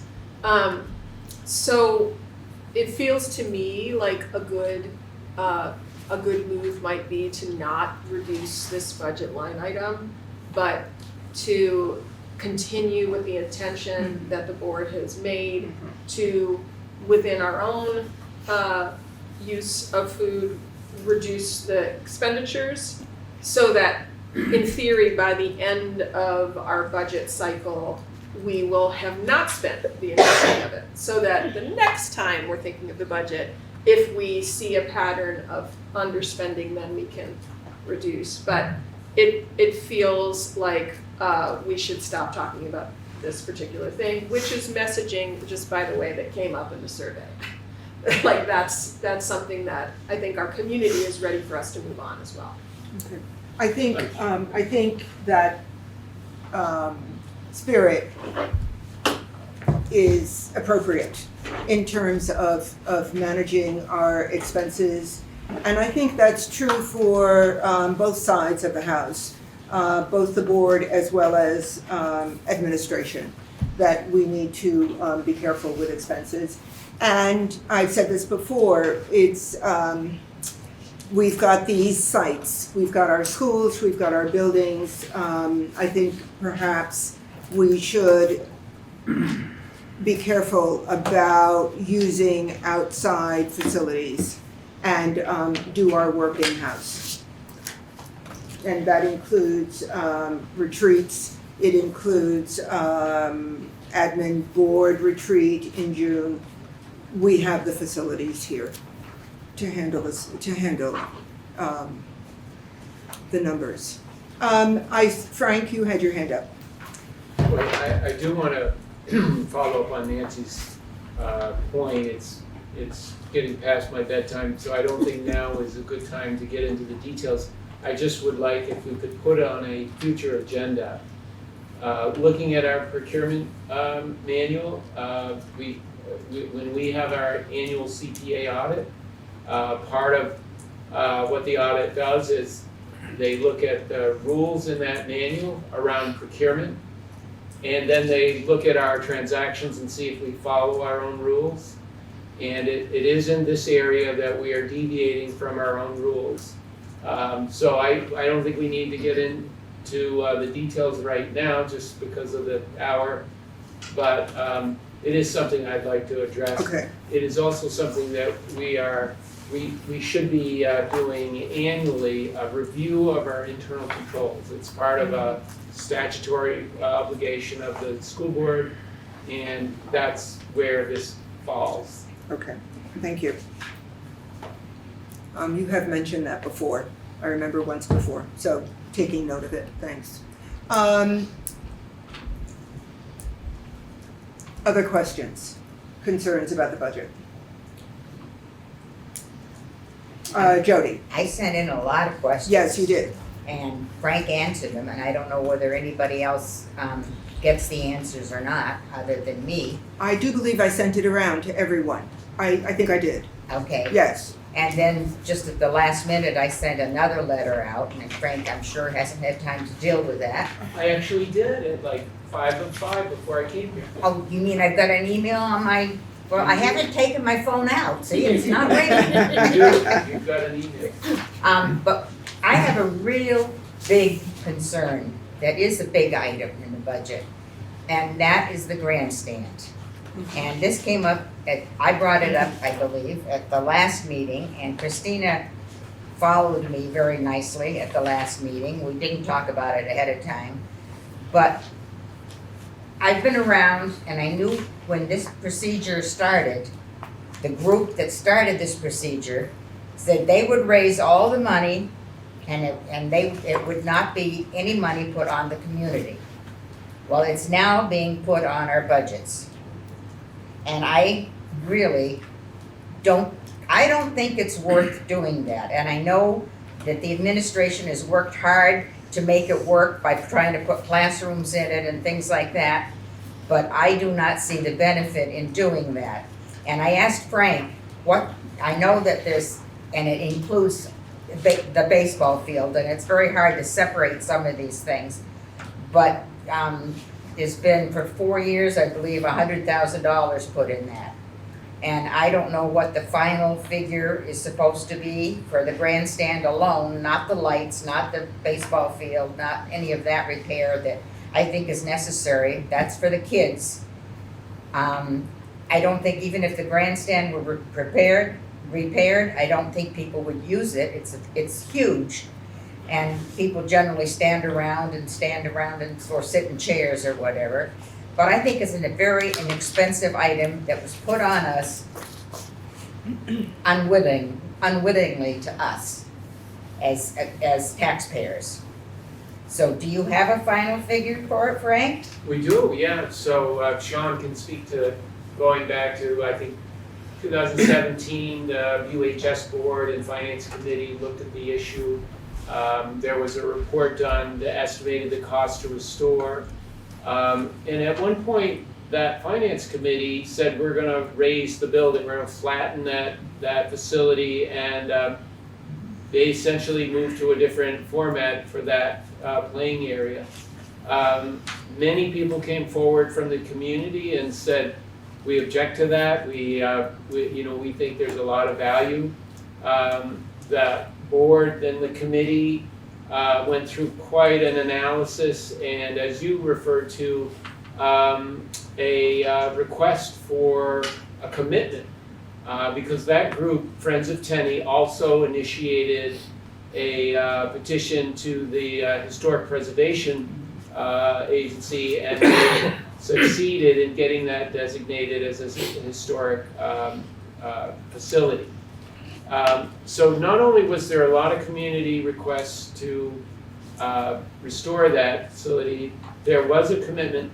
No one made a commitment to fully pay for all restoration improvements. That was not I know I was at all those meetings. That was not an assurance or a commitment. Well, there was a commitment that the board would make sure that there was not any sort of a hazard to our students or our community on this site. Of course, that's just a fundamental responsibility, which means we took the responsibility to evaluate the lead abatement, the handicap access, and any other safety issues around restoring the railings and so on. And that's how we created the budget. And that's based on health and safety and compliance with the accessibility requirements. And then we've revisited the status of where we are with this group of Friends of Tenny. They are still active, they're still committed to being a participant in the process. The pandemic really changed the timeline and the scope of the work. So 2 years ago, I worked with Hannah and Mark and others, along with finance in the capital planning process, to come to a plan. And what got a lot of folks excited about this, not only the Friends of Tenny and all of the folks that support the restoration of that facility, but turning that into an outdoor classroom so that, like many of our elementary schools, there are spaces for teachers to actually conduct classes in an outdoor facility that's fine, for rain or, the stuff that can happen when you're outside. We pitched that to the state of Vermont as part of our ESSER funding application. At one point, we were ready to proceed. They approved it. We were going to get the majority of the improvements funded through ESSER and the Friends of Tenny. In the end, the bid came back to us that exceeded the ESSER funding, and we said, we've got to reduce the scope of the work. So where we are now is a capital plan that the board has seen, and we've had discussions. It's on the website. I think you've seen it. I haven't seen anything for quite a while, but maybe I'm Okay. just not looking. But where we are now is we spent $40,000 in '24. That was one of your questions. We spent $24,000 in fiscal year '24 to do that assessment, meaning architect and the specialists that look at structural, they looked at lead, they looked at handicap accessible. They gave us a specification that now we are working with to implement the improvements that would make that a classroom, as well as a venue for sports and community, access. And that is in the capital plan for a 3-year process at $100,000 a year, as you referred to. And I don't know, Mark, if I left anything out, but that's, it has been a long road to get here. And, it started from let's raise the facility to a community over extended period of time, coming to board meetings, finance committee meetings, and then a lot of interface with Hannah and educators around what would be a useful improvement on the campus. Well, Yeah, first. I see it as a small percentage of people compared to the community around here that we're pushing for it. And, you've been talking tonight about something's being 2% of the budget or 1% of the budget or whatever. I think the number of people that would like to spend that kind of money out of their taxpayers, out of their pockets, to put that up. And it does bother me a lot. And I'd like to see that just absolutely taken right out of the budget and forget about it. But I'm only going to be one voter that can vote aye or nay. And when somebody else at the annual meeting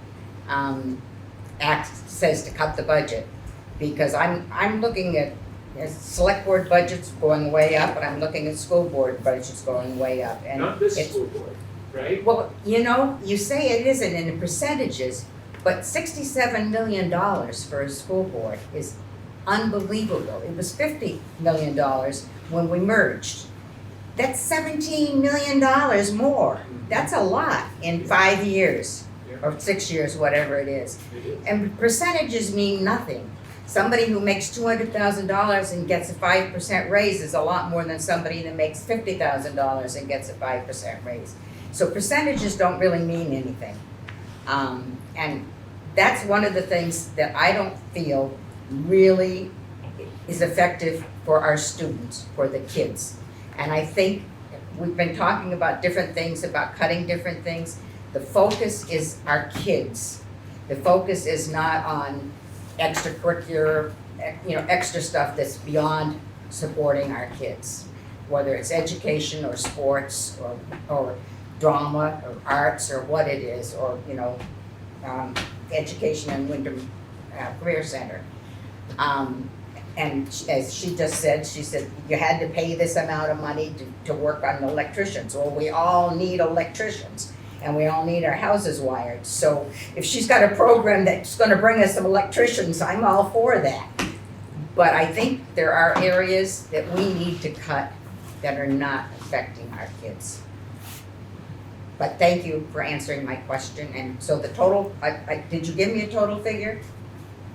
I didn't write it down, Yeah, so, it's $100,000 a year for 3 years is in the capital plan. so you're saying that to do this is $300,000 plus the $24,000 for the assessment? 41,000, yeah. Excuse me? Fiscal year '24 was 41,000, Oh, where'd they get the 24,000? maybe fiscal year '24. 41,000, okay. And the first step is the lead abatement that we absolutely cannot ignore. I'm just not so in love with that project. And I'm sorry we got it dropped in our lap. First, Okay, I'd like Tim. to thank Jody for her comments, which I do support. I'd like, one quick question, since 2017, how much has Friends of Tenny actually contributed to the project? Their work was suspended through the pandemic, and then there was an extended period of time of creating a design in terms of the scope of the work. So they, as far as I know, they haven't actually formally. Well, they've done some work. Last summer, they actually removed all of the stands from the grandstand, which is a pretty significant undertaking. So we'd be looking at projects like that to partner with them moving Yeah, forward in terms of rebuilding the stands. Yeah, and that was, pardon? That was volunteer. Yeah, that was volunteer. part of our understanding, because it wasn't gonna necessarily be cash, but these are folks that are very active in the community, that run many of our businesses, in the trades that are needed in that facility. So concrete, roofing, excavating, and that was all part of the conversation. I don't know if you remember, Sean, any of the other details there, but that certainly was going to be a substantial part of their contribution, as opposed to just purely cash. And just one more question. Hannah, would it be feasible for a class to walk all the way over to Tenny, have a class there, and then come back into the building? Sure. Isn't it quite a little walk? I mean, it's a little walk, but classes have 70 minutes. Might actually be a nice stretch for them to. Yeah. And I think some schools have walked further to get to outdoor classrooms and kind of get into the woods. Sean, and then. Yeah, I would just like to maybe change the story here a little bit. I think what we're doing is we're looking at minutia in this budget. And in the big picture, what I see is 225 pages. I see Mark and Frank and administrators getting together and actually deciding specifically how they're going to advance student need. And that student need from classroom work or extracurricular activities, all these different things. And then in the bottom line, the budget has increased 2.9%. And then you go down to the very bottom line, and the overall increase is 1.2% from the previous year. And then if you look at 11% increase in health insurance, if you look at inflation, if you look at costs of everything, I think that the only conclusion that I can come to is that this is an extremely responsible, fair budget. And in addition to that, every town except Dummerston will actually have a reduce in their education property tax on homesteads. So, and Dummerston's is increasing, but that is due to the fact that properties in the town of Dummerston are selling way above assessed value. So I look at this budget and I just think this is a piece of work that has to be respected. Thank you. So before I call on Christina, I'm a little concerned about the word minutia. We just got through talking about the board budget and talking about food expenses. And I must say that I believe it may very well have been your motion that we do a potluck and not incur $300 expense for a 4-hour retreat.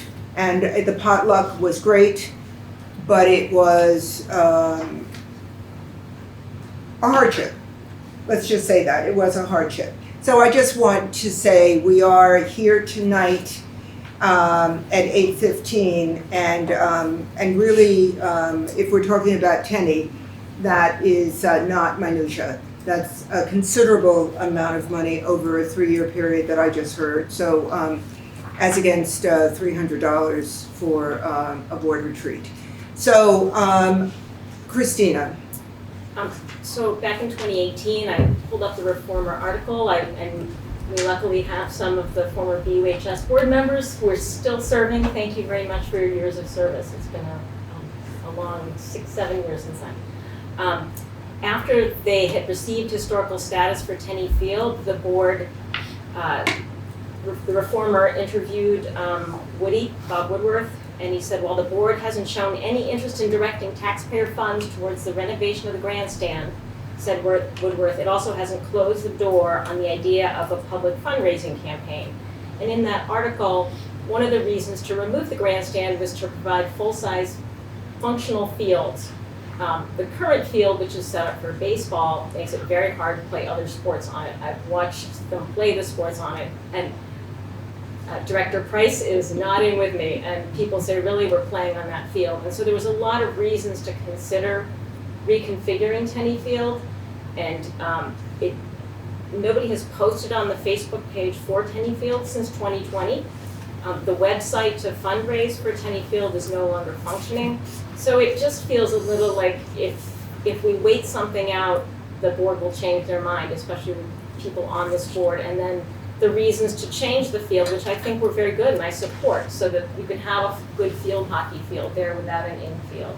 I think they were good ideas, and that's all I'm going to say. Thank you. Thank you. You just found it. Oh, I'm good at Google. I know.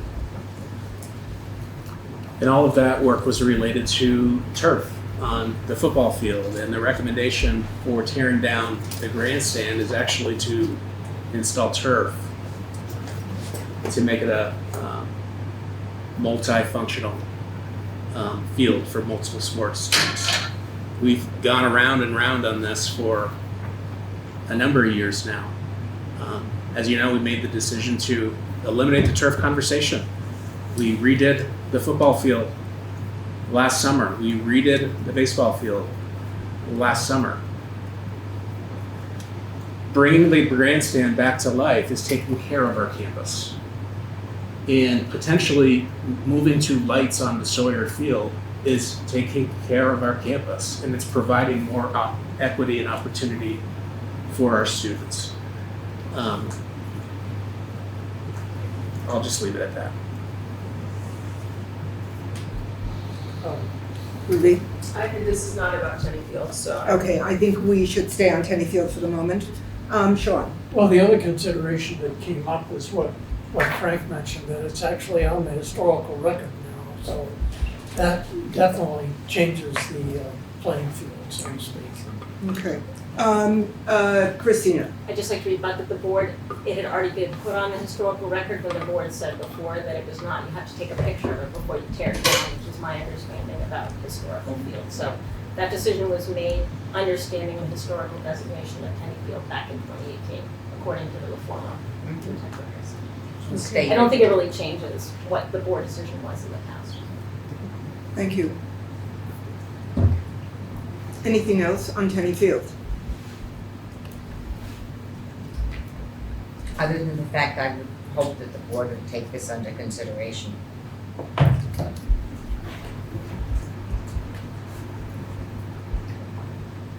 Anything else on Tennyfield before we move on?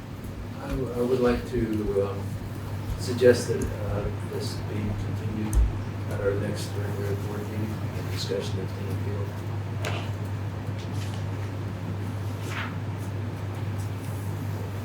So related to that, given our timeline for, action and then moving forward, it would be helpful if, I've got a couple of notes about a couple of changes, I'll make those.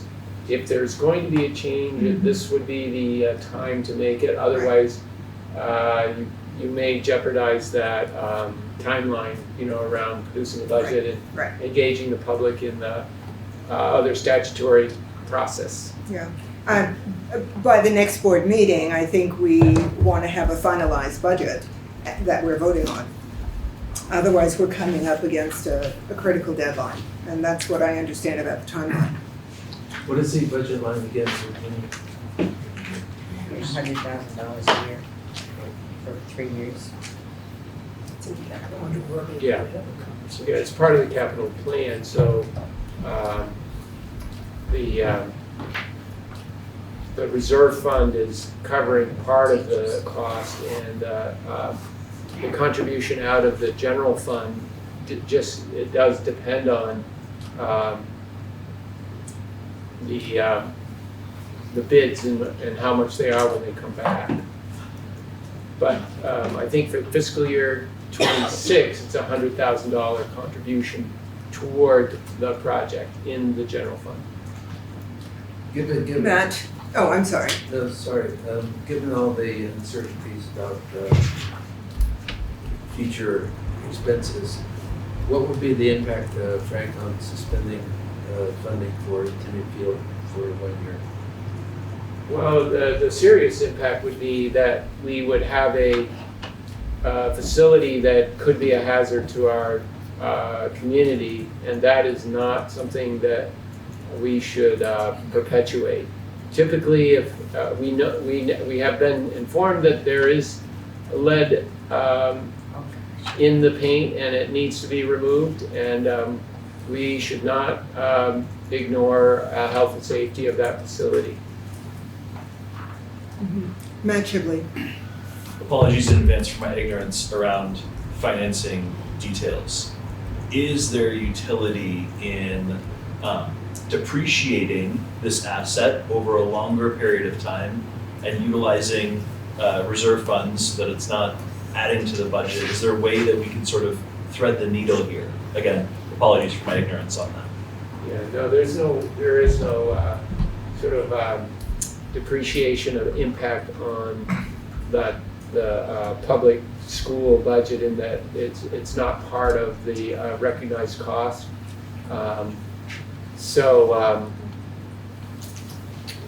What we have committed to is making that a safe facility and accessible, handicap accessible. And we can't ignore that obligation for those kind of mandated requirements.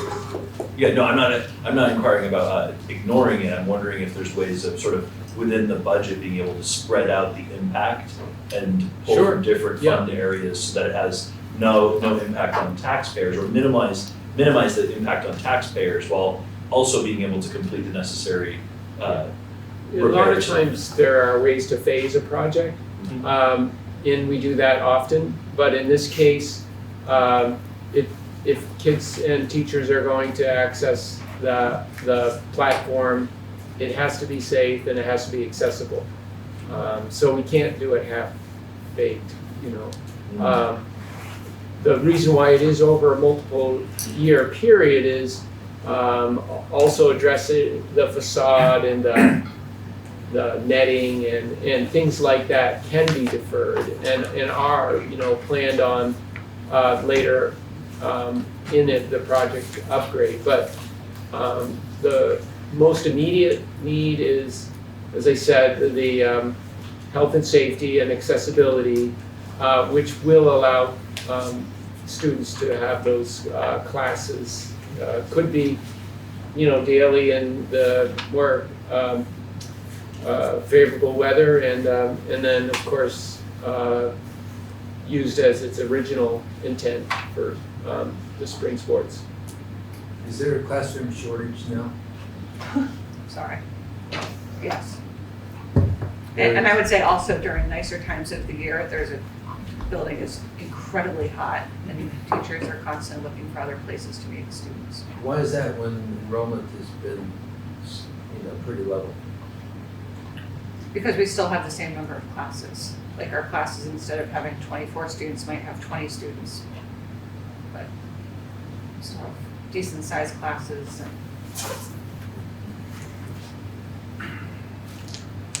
Okay, anything else on this topic?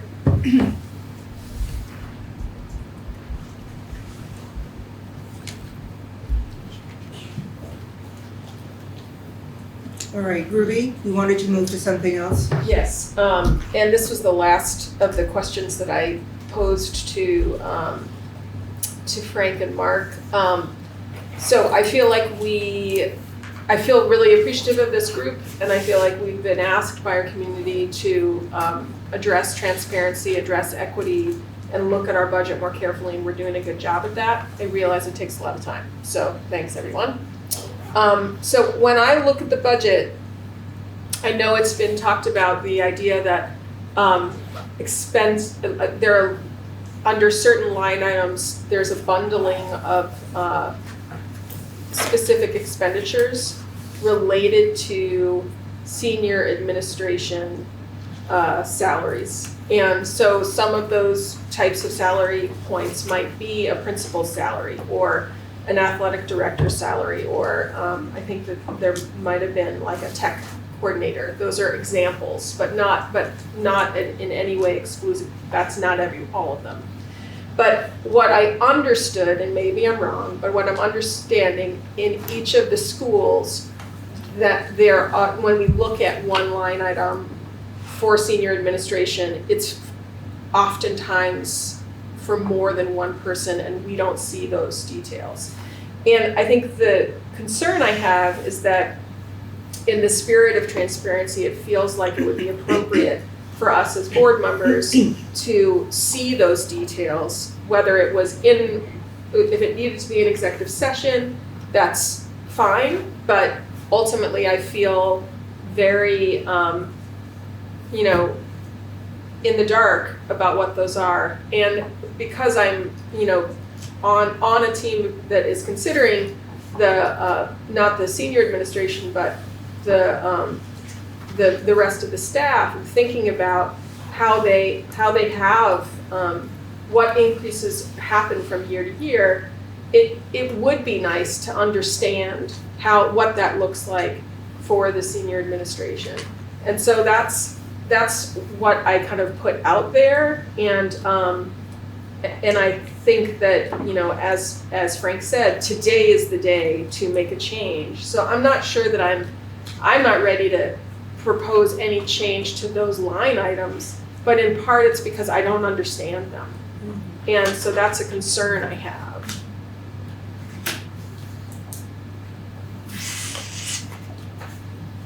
And I don't know how to rectify that concern.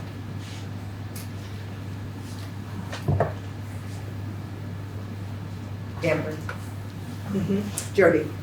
I want to echo Ruby and kind of just throw the thing in. If board members don't understand this, the public certainly doesn't and will never understand it. And they're just going to look at increases and what it's costing their pocketbook. And somebody like Ruby is going to have to explain to her neighbors what some of these things are about. A lot of you are going to have to explain to your neighbors what it's about. And I don't think, I know from our town of Dummerston, and I'm pretty sure it's with Putney, Guilford, Vernon, and everybody else, the public is really concerned about the education for their kids. And they've always come through for paying for the education of their kids. But I think they're really concerned about the bottom line.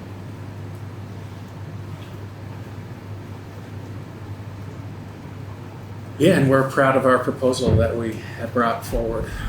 We think it's very fiscally responsible, and we've balanced ESSER funding, as I stated in the beginning, in a really thoughtful way. Thinking about initial supports for students and buildings and climate, to playing the long game as well, and understanding that budgets that we prepared 2 and 3 years ago would not be supported by our communities in a year where ESSER funding has gone away. And we think we've thread that needle very well. All with a focus on supporting our students and creating healthy schools. But, yeah, I agree with you, Mark, but I don't see how that negates anything that Ruby just said about understanding line items a little better in salaries and salary increases. I support what Ruby said. I would like more detailed information about that. I think it's our responsibility.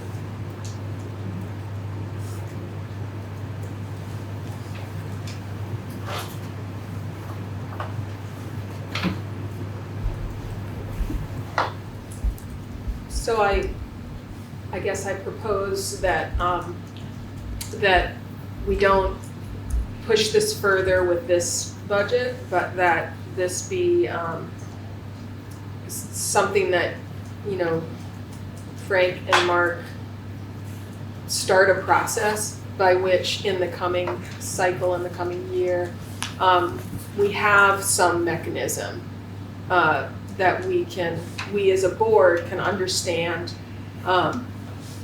those salary points and those salary increases, and we can see, when, in advance of the budget, during the budget development time, we can see expectations for increases in that category of staff. Because those are, the controls on those are different than teachers. Yep. So that, I think that at this juncture, that seems like the most prudent way to proceed. Okay, thank you. Other questions, concerns? Yes, Ellie. Ellie? Yes. Yes, Ellie. I have a question about insurance costs. Are those set at the state level? Yes. Thank you. And how are those negotiated? Is that state level negotiation? Okay. So there's very little control and there's very little ability to. Okay, thank you.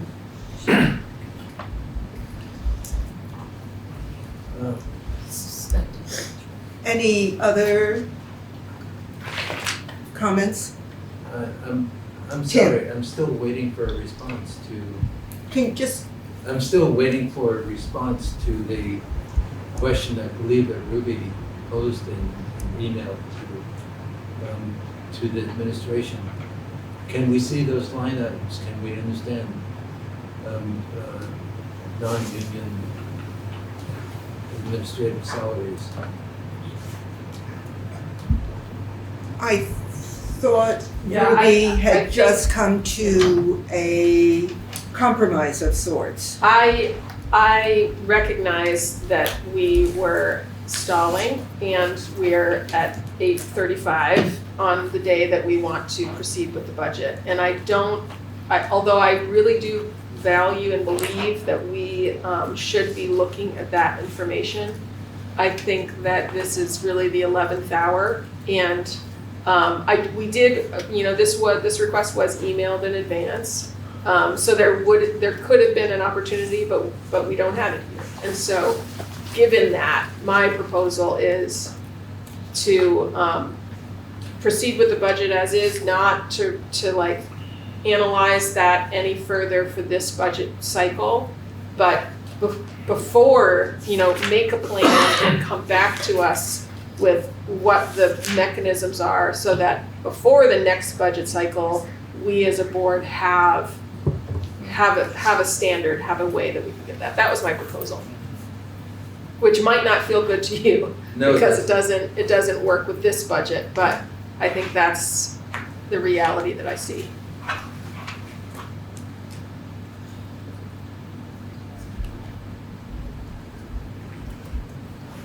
I appreciate that we're at the 11th hour right now, if not beyond it.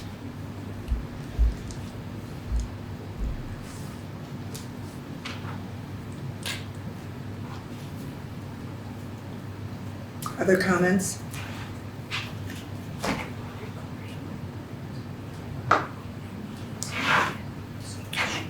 Okay, I'm going to move beyond the fiscal report at this point. If that meets with board approval, if I don't see any hands up, we're moving beyond that. I am going to, in the interest of time, put on hold the next issue having to do with board matters, the value of a common read, if that's okay. If I see hands up, I will stop. I do not see hands up. Okay, so that will be on hold. All right, so we are up to the administrative report. Mark? Okay. So we have one resignation. Doyle, how do you pronounce his last? Kemokai? And then we have a number of retirees as well. Okay, so is there a motion to accept with regret the resignation of Doyle Kemokai? So moved. Okay, Second. all right, thank you. Discussion? All those in favor, please indicate by saying aye. Aye. Thank you. Any opposed? Any abstentions? Okay. Okay, we have some retirements. Rita Corey from Dummerston School, Kathleen Evans and Mary Ann Runge from Dummerston School, Miranda Bull from Guilford, Angela Saviano from Guilford, and Sandra Cormier from the Career Center. Okay, is there a motion to accept the retirements as indicated by Mark with regret? No. So moved. They can't. Is there a second? All right, thank you. I heard that over community objections. Sorry. Any discussion? All those in favor, please indicate by saying aye. Aye. Any nays? Any abstentions? I think the recorder has. I know, I'm gonna stop right there. I'm on it. And Mark, can you send Anna Monders that list, please? Yep. And who did the motion? You motioned for the retirement? That's Kim Price, and the second was Brian Reamer. Brian Reamer, thank you. On both of those? I think Ruby seconded it, the first one. And I moved the first one. First one was Ann Beekman, moved it, that was the resignation, seconded by Ruby McAdoo. Okay. We have some new hires: Alex Joyle, Academy School; Franklin Countryman, Oak Grove School; Jesse Jerome Wren, BUHS; Louis Avendano, BAMS; and Matt Steinberg, Dummerston.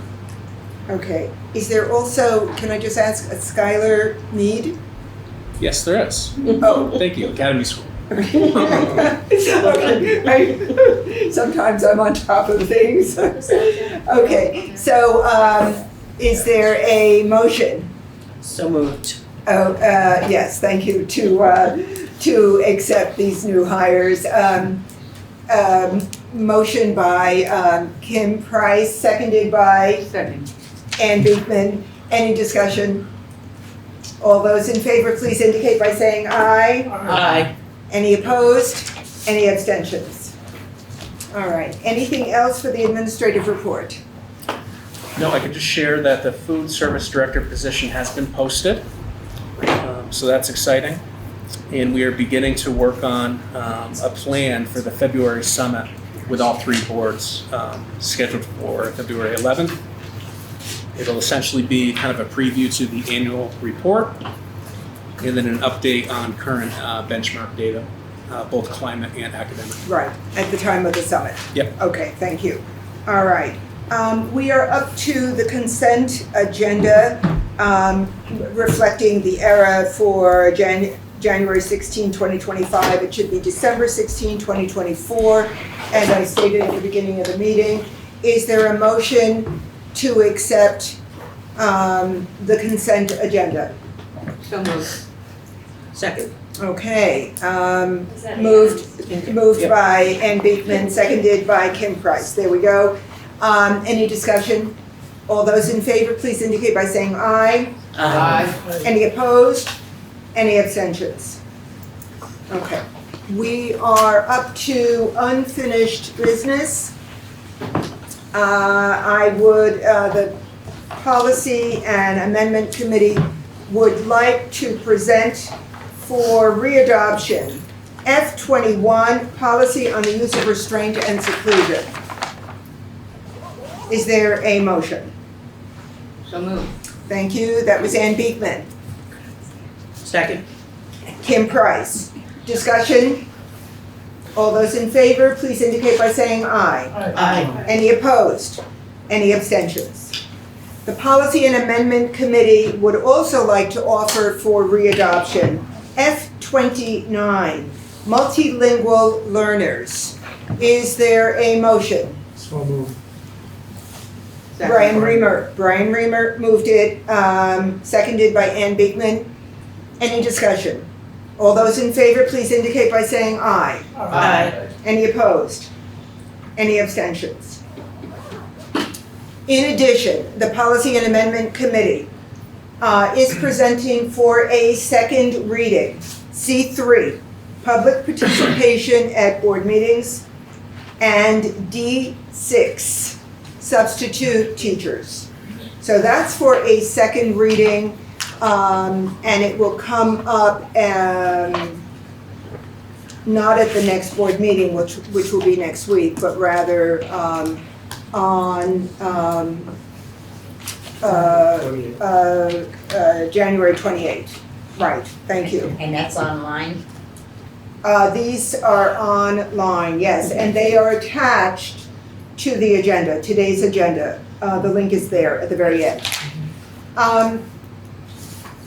There are a couple of issues that I would just like to ask the board regarding time. It's 8:45, and we put on hold discussion about teacher appreciation at the onset of this meeting, but we also have the potential of an executive session. So that is at board discretion. Is there the possibility, let me just throw this out, we are having a board meeting next week. Is there a possibility of doing that executive session next week? Can you give us a general idea about what you're talking about? It is, Or how urgent it is? I'm sorry? How urgent is it? It is 1 VSA 313A3, the appointment or employment or evaluation of a public officer or employee. So this can definitely wait. It can definitely wait, at least in my estimation. We can hold it this evening if you would prefer. I'm freezing. Yeah, it is pretty cold in this site. Okay, I think that answered the question. So our next meeting will be at some point next week in Cusick, which is also a cold room, but definitely warmer than where we are right now. And so can we hold off on teacher appreciation as well? Is that okay? Yeah, okay. So we could cover some of that ground next week. Well, depending, Or you're we not, could wait. or it can wait until, the 28th, or, you know, and let me just say, after the 28th, the next time we have a board meeting will be the very end of February. I mean, it may make sense to wait until the new board is seated, you know, it might. at Okay, this- we're gonna at wait, this we're gonna juncture, wait on it. I can assemble a report so Yes, that that would you be guys great. can see it. That would Do be great. Okay, Hannah has her hand up. Do we still want feedback from staff? Because I put it in my newsletter on Friday, but I think it also deserves like a separate email to all staff. Having to do with teacher appreciation? Yeah, Yes, so I and that just would don't go know to when the Ruby. deadline would be. Yes. Or if it's already cut off. I think, Was there a deadline on the survey? no, I don't think I think it was kind of like as soon as possible. And there isn't a deadline. We can take as much time as Yeah, we want. yeah. And I think, Mark, you did send it, I don't know if you sent it all the principals? Yeah. Yeah. Okay. So maybe just if you could encourage the principals again and I mean, I don't know, a target to get feedback in by the end of the month or something. I can do that. All right, so is there any other business before this board this evening? I see no hands up. Madam Chair, there being no further business before this board, I move that we adjourn. Seconded by Matt Shibley. That was a second. Any discussion? All those in favor, please indicate by saying aye. Aye. Any opposed? Any abstentions? Okay, we are adjourned at I like you guys. 8:47.